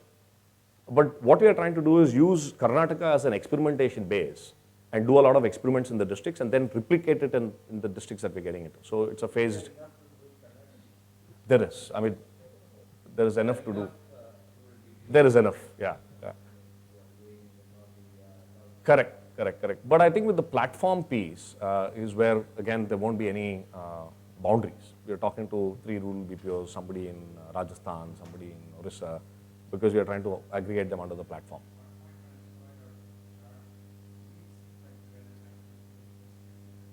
I do. Right. So therefore, the phase for us is that we will be in an experimentation phase till we narrow down to something. So the core objectives are simple. One, find jobs for our people in the villages, and find jobs in such a way that it is not livelihood but it's careers, right? That's so that there is a sustainable income and a growth in income, right? And third, whatever we do has to have an impact in the village. So those are the 3 objectives. So what we're trying to do is try experiments where we can meet all the 3 objectives. And I'm sure that is where the second phase I want to get to after 10,000, when we are narrowed down to say we tried 30 things, 4 are working, let's scale the 4. So we are in that phase now. Yeah. Yeah. So let me just quickly maybe just explain this out. So this is the training revenue, this is the BPO revenue, and this is, we took very small revenues on delivery of other services to the rural centers. And these are the bunch of expenses that we have. 1,600. 1,675. That's the total number of people year on every year. So next year we'll do 3,200, 8,000. So our trainer ratio is 1:24. 24 per, one trainer for 25 people, 24 people. Now, this also includes trainers that we'll be training. So the trainers will come from this program itself. That is the Ruben Leaders program. So roughly we need about 60 trainers. Correct, right. Our trainees itself, out of the 25 people who are with us, 11 of them are from our training program.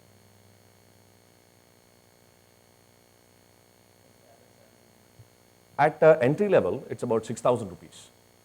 So we follow the minimum wages piece. As they progress, so first batch of our trainees who graduated in 2008 are earning about 10 to 12,000 rupees. If you put incentives, it will be about 15,000 rupees now.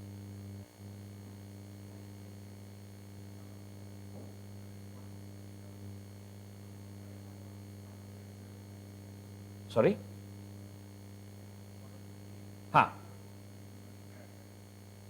40-15 will be at 11 crores. Yeah, we're still burning cash. See, the point is, next year we're looking to scale up the Ruben Source platform piece, the rural BPO piece, when we are getting to about 500 seats of rural BPO. So there is an investment that we have to make in sales upfront to be able to bring that level of thing. So it's largely, if you look at it, the larger part of expenses, which is lying here and here, about 7.5 crores of expenses that we are still using to build up the rural BPO platform. Right, quite a lot. So we've met almost everybody who's done that. I think my rural BPO thing, and we've spent enough hours trying to, years to crack it. I think the issue is rural BPO per se in an individual is a smallest beautiful business. A 100-seater business will generate 15-20 lakhs for the owner, which will keep his investments paid back in a 3-year period. At an enterprise level, when you start scaling up rural BPOs and say, I'm going to reach to a 5,000-10,000 seats, there are myriad levels of issues that come up, right from business development to actually executing on the ground.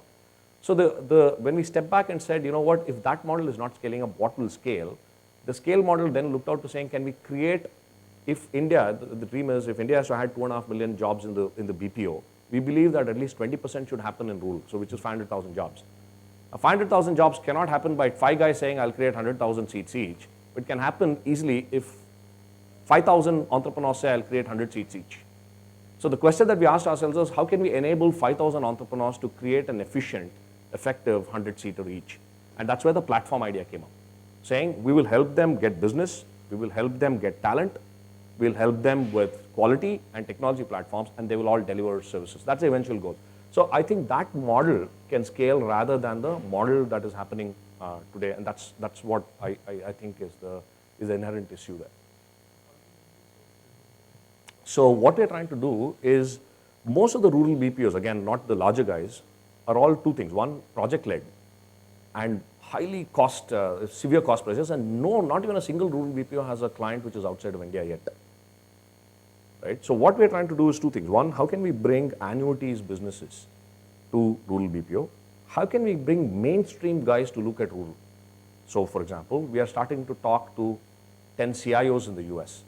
Even if one guy can give me a 100-seater center of excellence that I can showcase, then it becomes a model that others can follow. Right? So we are trying to push a lot of sales effort in the US with both partners and investments that we're making. Right? And try and bring that mainstream guys to look at Ruben BPO, right? Not really rural. And that's where the platform that we're building comes into place, where we're saying we will buffer the rural with an urban center, where the project management, customer management happens with an urban center, but the work gets done at a rural center, which is where Vantage Over as a partner comes into play. We have 100 seats in Bangalore now that we can potentially offer. So we're trying a few things out there, right? I think by the end of the year, if we have cracked one or two of such cases, we'll know what it is to. Yeah, yeah.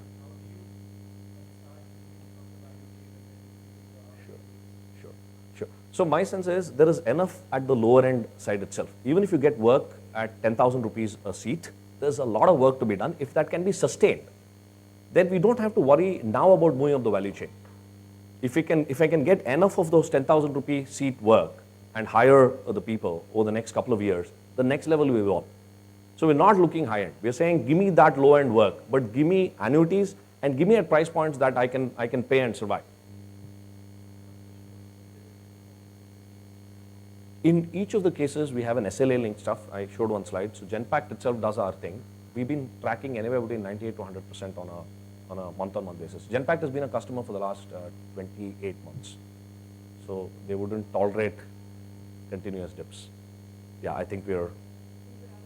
But I'm very happy to chat up more in detail. As I said, this is still work in progress. Model is evolving. But I think I'm plunging into it because I think this is a challenge worth pursuing. Thank you.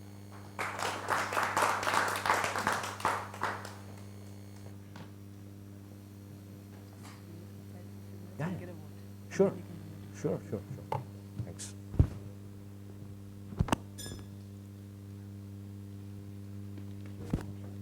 Can we just have a quick vote? Vote for people who would like to move on to next level of conversation.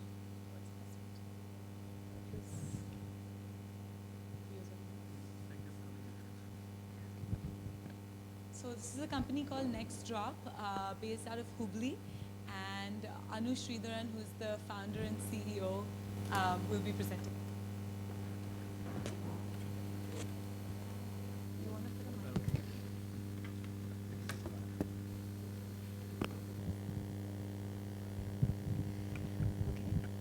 Hi everyone, thank you for sticking around. It's the last presentation.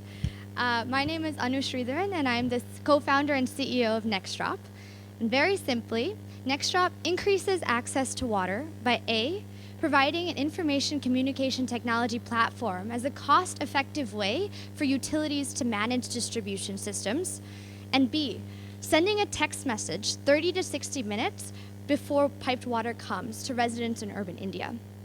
So let me start with a quick question. How many of you have ever dealt with a bank in India? Either starting a bank account or a mutual fund account. I know when I first came to India, it was so frustrating just trying to pin down the person to sign the papers. Yes, madam, he'll be here between 5 and 8 p.m. today. 8 p.m. Oh, madam, he actually had to step out. Come to the branch at 12 p.m. tomorrow. 12 p.m. Oh, he stepped out for lunch. Come back. He'll be at your house tomorrow, 7 p.m. I don't think I need to go on. You know, we've all been in this situation. You could feel your stress, and your anger building. Now, this is the way we feel about a bank account. Imagine the way you feel about not knowing when your water comes, or not knowing when you have access to power, or not knowing when your voter ID card is ready, or when you have access to your public transportation, your pension payments, food distribution.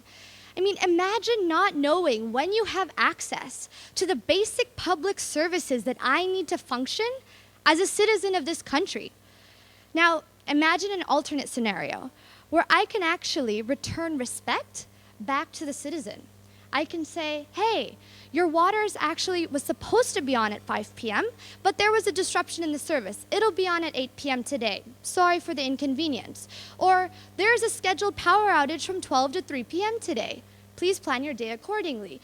Or your voter ID card will be ready tomorrow. Pick it up between 9 and 10 p.m., 10 a.m. So that's exactly what NextDrop does. NextDrop revolutionizes the way governments communicate with citizens, making happier citizens and more productive, sustainable economies.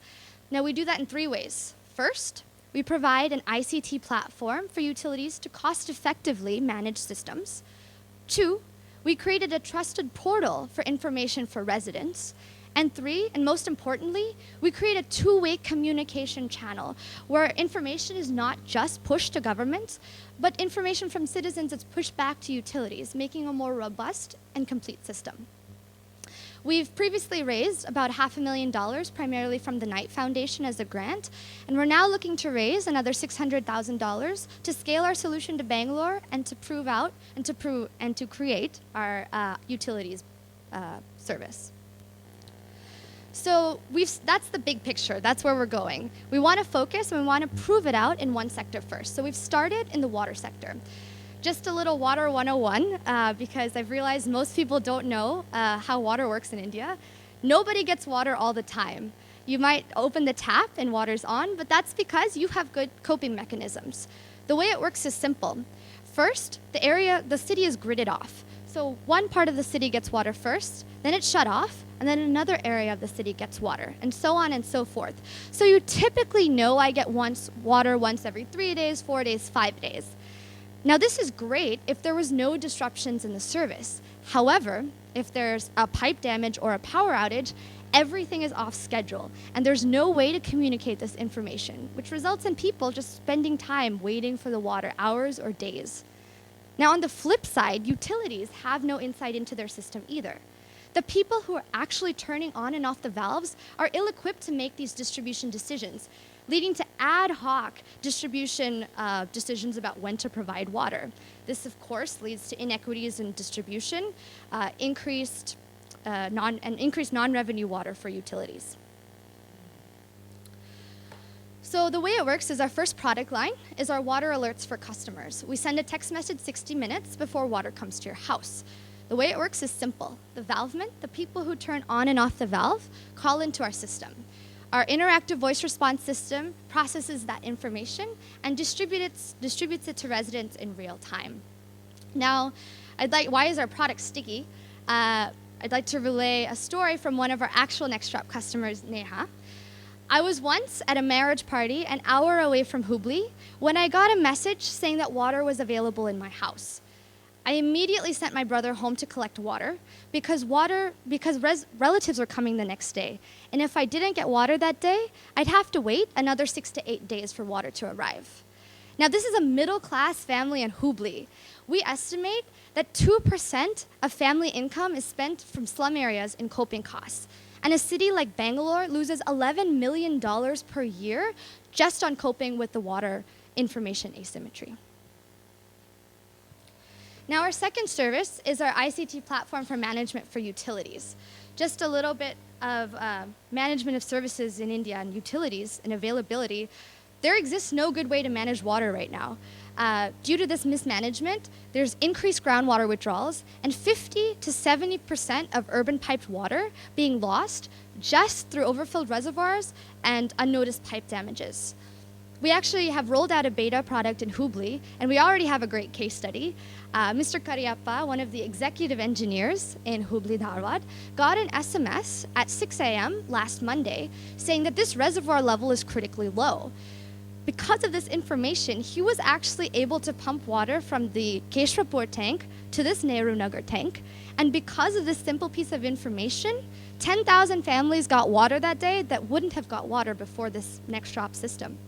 Now, we asked him what he would normally do in this situation, and he said, well, I'd wait for a critical mass of customers to call me, and then I'd try and backtrack what exactly happened and what the problem was. So you can kind of see the low-hanging fruit here. So this slide, I've given a couple presentations, and I usually go on about the number of paying customers we have, or attraction, or the fact we have 2 pilots running in Bangalore, and we have permission to scale, and we were shortlisted for the National Indian Urban Water Awards. But really, the 2 things that I'm trying to convey in this slide is, 1, this is an incredibly fragmented market, but we can and we will figure out, we have already figured out, and we will continue to figure out how to bring it together. And 2, we can actually make good money while we do it. So I want to focus on our paying customers.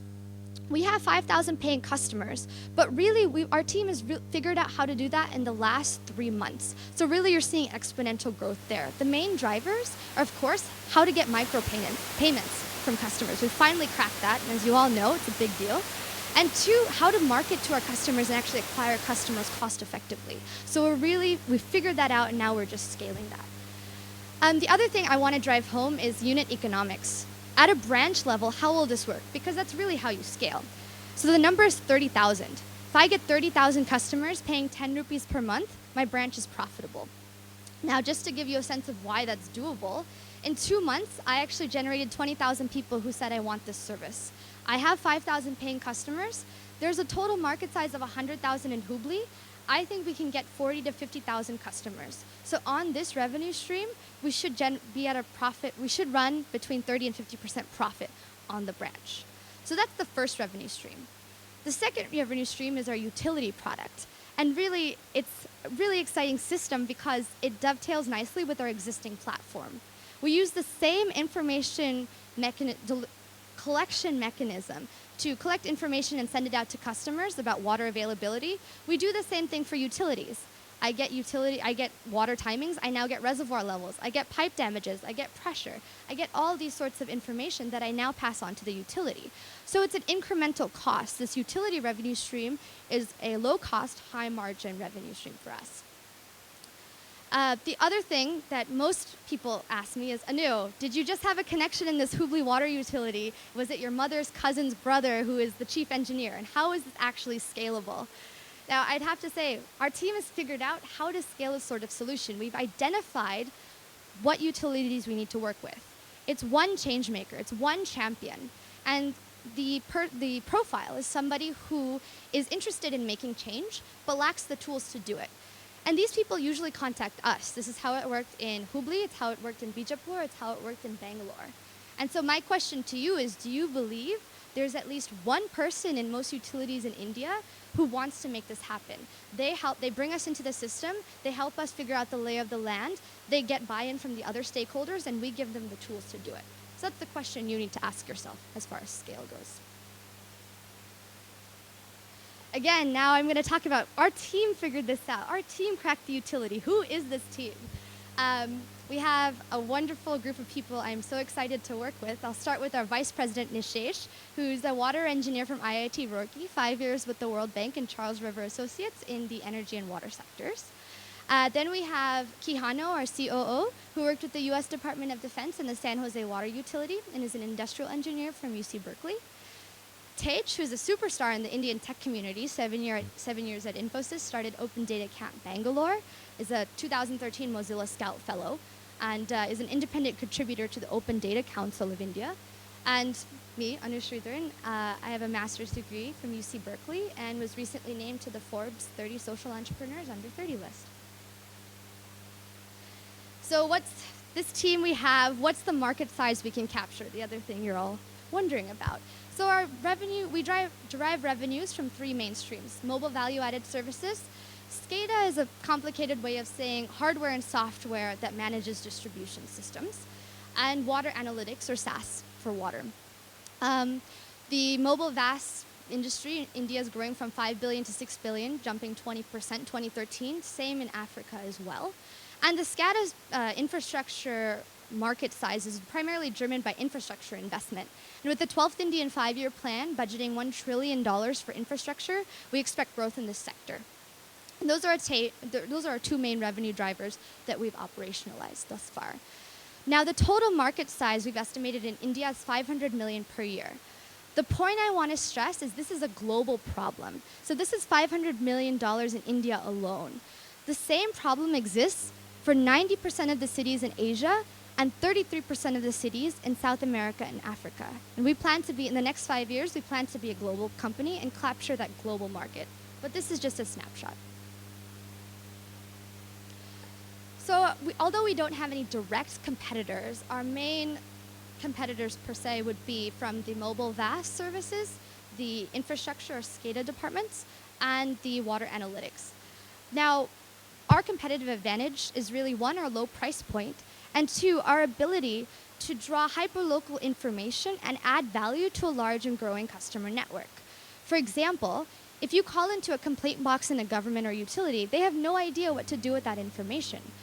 However, if you call into our system, we know how to geolocate you, and we could essentially replicate what hardware does. So what we can do is replicate hardware at a fraction of the cost. SCADA is so just to let you know, SCADA is hardware, costs between $50 and $100 million. Ahmedabad in February approved a SCADA system worth 35 crore. We can replicate the same functionality at a fraction of the cost due to this system. So these are our financials, of course, everything everyone wants to look at. I wouldn't say these are conservative, but I wouldn't say they're aggressive either. We project to be cash flow positive Q1 2014 and break even Q3 2015. Our main revenue drivers for the first 2 years are mobile value-added services, but we're quickly trying to pivot to the utility services as we see a global market for that. Just to tell you a little bit about price sensitivity, a 2 rupee increase in Hubli and a 3 rupee increase in the Bangalore market gives you a $40,000 increase in revenue, $40,000 increase in revenue per quarter. So that gives you a sense. We're still playing with the price sensitivity, so that's why these financials would also change.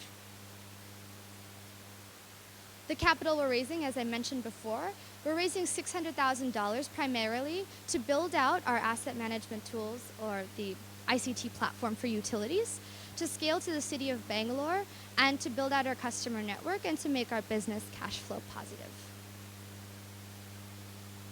The risks and gaps that we see, the primary risk is the provision of 24/7 continuous supply of water. Now, the primary reason we don't think this is a solution for most of India is the cost. It costs $39.4 million to provide 10% of the city of Hubli with this water, and the fact it's been delayed for political reasons for the past 5 years. The other thing that our team lacks is IP strategy. So what sorts of things should be open source? What sorts of things should we keep proprietary? And how do we make our data sets more proprietary? That's something we are looking into actively and a gap we see in our team. These are a few of our partners and awards, and that's it for me. So I can open it up for any questions people might have.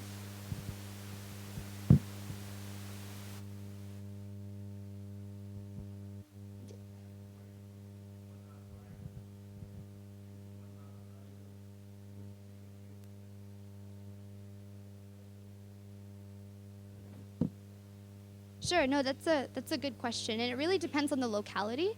So in Hubli, an hour means you can go anywhere in the city and be back. So in a city like Bangalore, it really depends. We have our 2 pilots going, and it depends on where you work. So in the slum areas that we're piloting in there, Hubli is mostly middle class. In Bangalore, our pilot just rolled out in the middle class families. But in the slum areas, if you're living close by, then they like it because I can just come back. An hour is enough. It also depends on the water supply. So it depends if it's gravity fed or pumped. If it's gravity fed, I can tell you up to 4 hours in advance. Some people don't actually like to know 4 hours in advance. If I get water at 5 a.m., I don't want a message at 1 a.m., So really it's what's the system like? So we map out the system and we can give you a choice how far in advance you want to know. And it really depends on what you're using the information for. If you're a housewife, you might only want to know 30 minutes or an hour. If you work far away, you might want to know up to 4 hours. I'm sorry?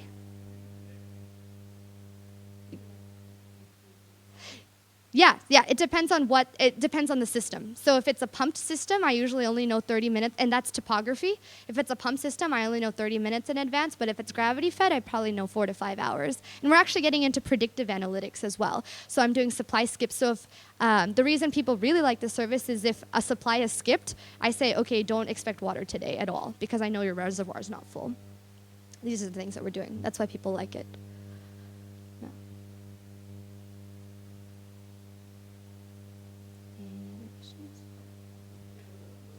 Yeah. Yes.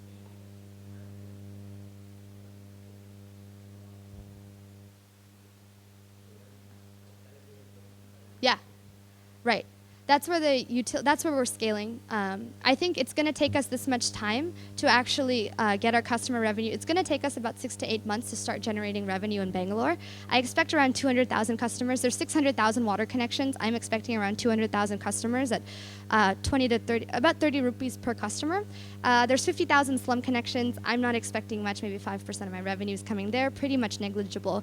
But really, the wild card is the utility contracts. We're in talks with the city of Bangalore for getting asset management tools up and running. So that's really where this number is either going to increase or decrease significantly. This estimate is a very low municipal number. When I say it can be more aggressive, it's if my contracts come through, which I expect to come through. This is primarily my 200,000 customers paying me 30 rupees per month. Yeah, good question. We just figured it out. It's a missed call system. So what we do is we used to go door to door, and it cost me about 4 rupees per customer to acquire, and now we've moved to a missed call system, which is how I can get my acquisition much higher at lower cost. We just put out messages, so we started TV ads, movie ads in the buses, and people are calling us. We need about 60 calls per day to get our number that we want. We have about a 50% acquisition from calling me to actually getting to be a customer. So it's around half a rupee to 1 rupee. It's going to be at scale with this missed call system. Yeah. It used to be 4 rupees, and now it's around half a rupee to 1 rupee. Advertising is super cheap in Hubli. That's what we have to play with.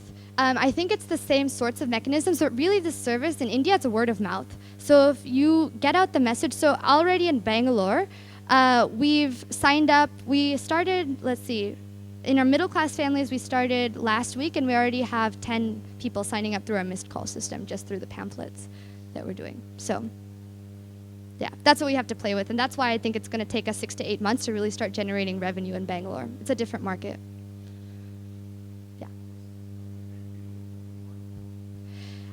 Good question. So 1, it's a revenue stream. That's really the wild card, as I mentioned before. But 2, we have permissions to scale. So in Bangalore, we already have the permissions to scale to the whole city, the customer side of it. We can charge the customer. And the micropayments, we've actually partnered with the Hubli, the Karnataka One Center, so they're actually receiving our payments.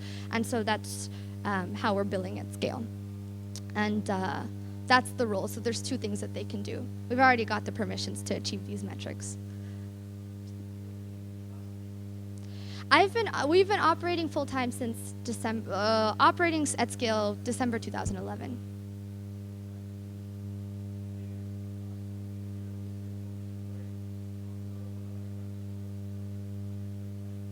That's a good question. I know that my service is 10 rupees worth of good for these customers. So there's certain areas that we don't provide service to. That's where we can get more customers. So we actually have to wait till and that's part of our Valveman incentive program. It's pretty interesting, behavior modeling and these sorts of things. We don't launch an area until we know that we've tracked this Valveman and he's given us consistently good service, and that's where our innovation is, and that's why we're seeing more potential areas to recruit customers from. But so far it hasn't been a huge problem. Yeah, no, it hasn't been a problem so far. If the Valvemen are reporting, they report accurately. What we're trying to do in this next equity raise is going to be, because we're doing more utility tools and we're going to have to do more data management and data assessment, we randomly check 5% of our data as well. And it's kind of like an eBay rating system with your sensors, right? Like you get better at.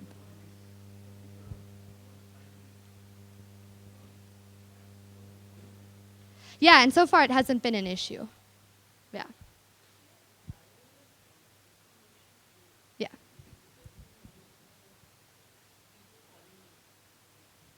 Yeah. Yeah, it's a good question. We have a whole program Nishesh is actually working on. That was what we had to figure out is how do we get them. It's private sector incentives for public service delivery. That's what we really do. We found what really works isn't financial incentives, but more like a frequent flyer program. And so now we have incentives. You can buy school bags for their kids, scholarships for kids for their education. We buy petrol, these sorts of things. They're actually taking out Next Drop credit as well. So you have a credit program. So if I want a mobile phone, a low-end mobile phone, I promise to do calls 3 months in advance, and that's showing pretty promising results. So we have a whole program tailored to just that. Yeah. So that with... Right. Yes. I give the Valveman directly. Yeah, they're okay with it. They're getting better service. That's the goal. We've seen that.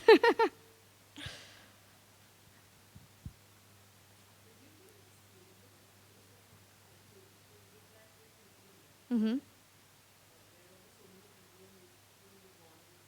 There's 100 people. In Bangalore, there's 5,000 people. Yeah. Absolutely, and that's what this money is for, is to scale to a bigger city to learn more than a tier 2 city. That's why we're not trying to go to another tier 2 city. We want to do a tier 1 city with 5,000 Valvemen. What's the data management problems? What are the politics associated with it? What sorts of things do we have to learn? Because if we can do tier 1 and tier 2, you're ready to scale to most of India.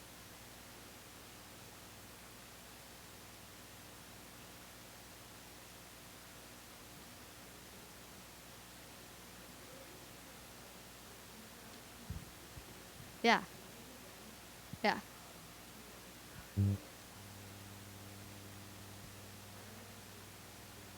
Sure.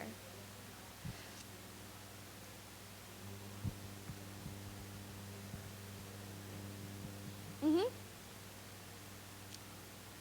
Yeah, that's where your partners and potential investors come in. That's why we're picking strategic investors. But we had a partner, water.org, who, because of their contacts, and they were already working in the city, we got it done in a week, all the permissions we needed. So, and that's why we're pretty picky about our investors. We have some interest in another angel network as well, and they have connections and contacts. So you need to get a critical mass. You need to get your foot in the door. And once you get your foot in the door for another 5 cities, then you kind of generate that interest. And then it becomes kind of self-evident how to scale from there.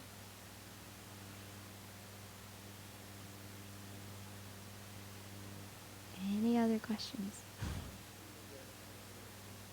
This is just in Bangalore and Hubli. Yeah. It's assuming 200,000 customers in Bangalore, 50,000 in Hubli, and a utility contract worth 1 lakh per month. Yeah. And the price point is flexible. So.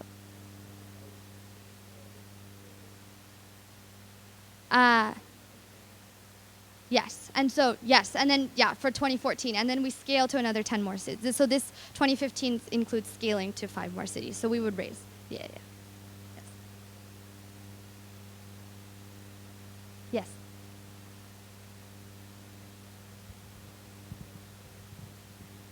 Yeah. Yeah, that's a good question. And that's what we really need to think of. So the information we want to make public, but the real value is the real-timeness of the information, correct? So we provide value because we tell you in real time. The information can be public, an hour later, but our value add is that we've actually gotten that information in real time to you. So, yeah.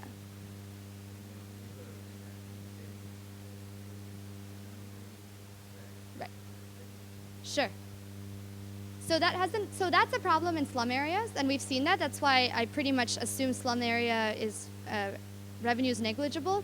But in Hubli, also SMS costs rose 25x the last 3 months. So it's actually cheaper just to provide our service than to tell your friend. And also, it's a single family home. We haven't seen this. We thought this could be an issue, but we haven't seen it so far in Hubli. I don't expect it to be in middle class homes in Bangalore either, especially at the low price point. Cool. All right. Thank you very much.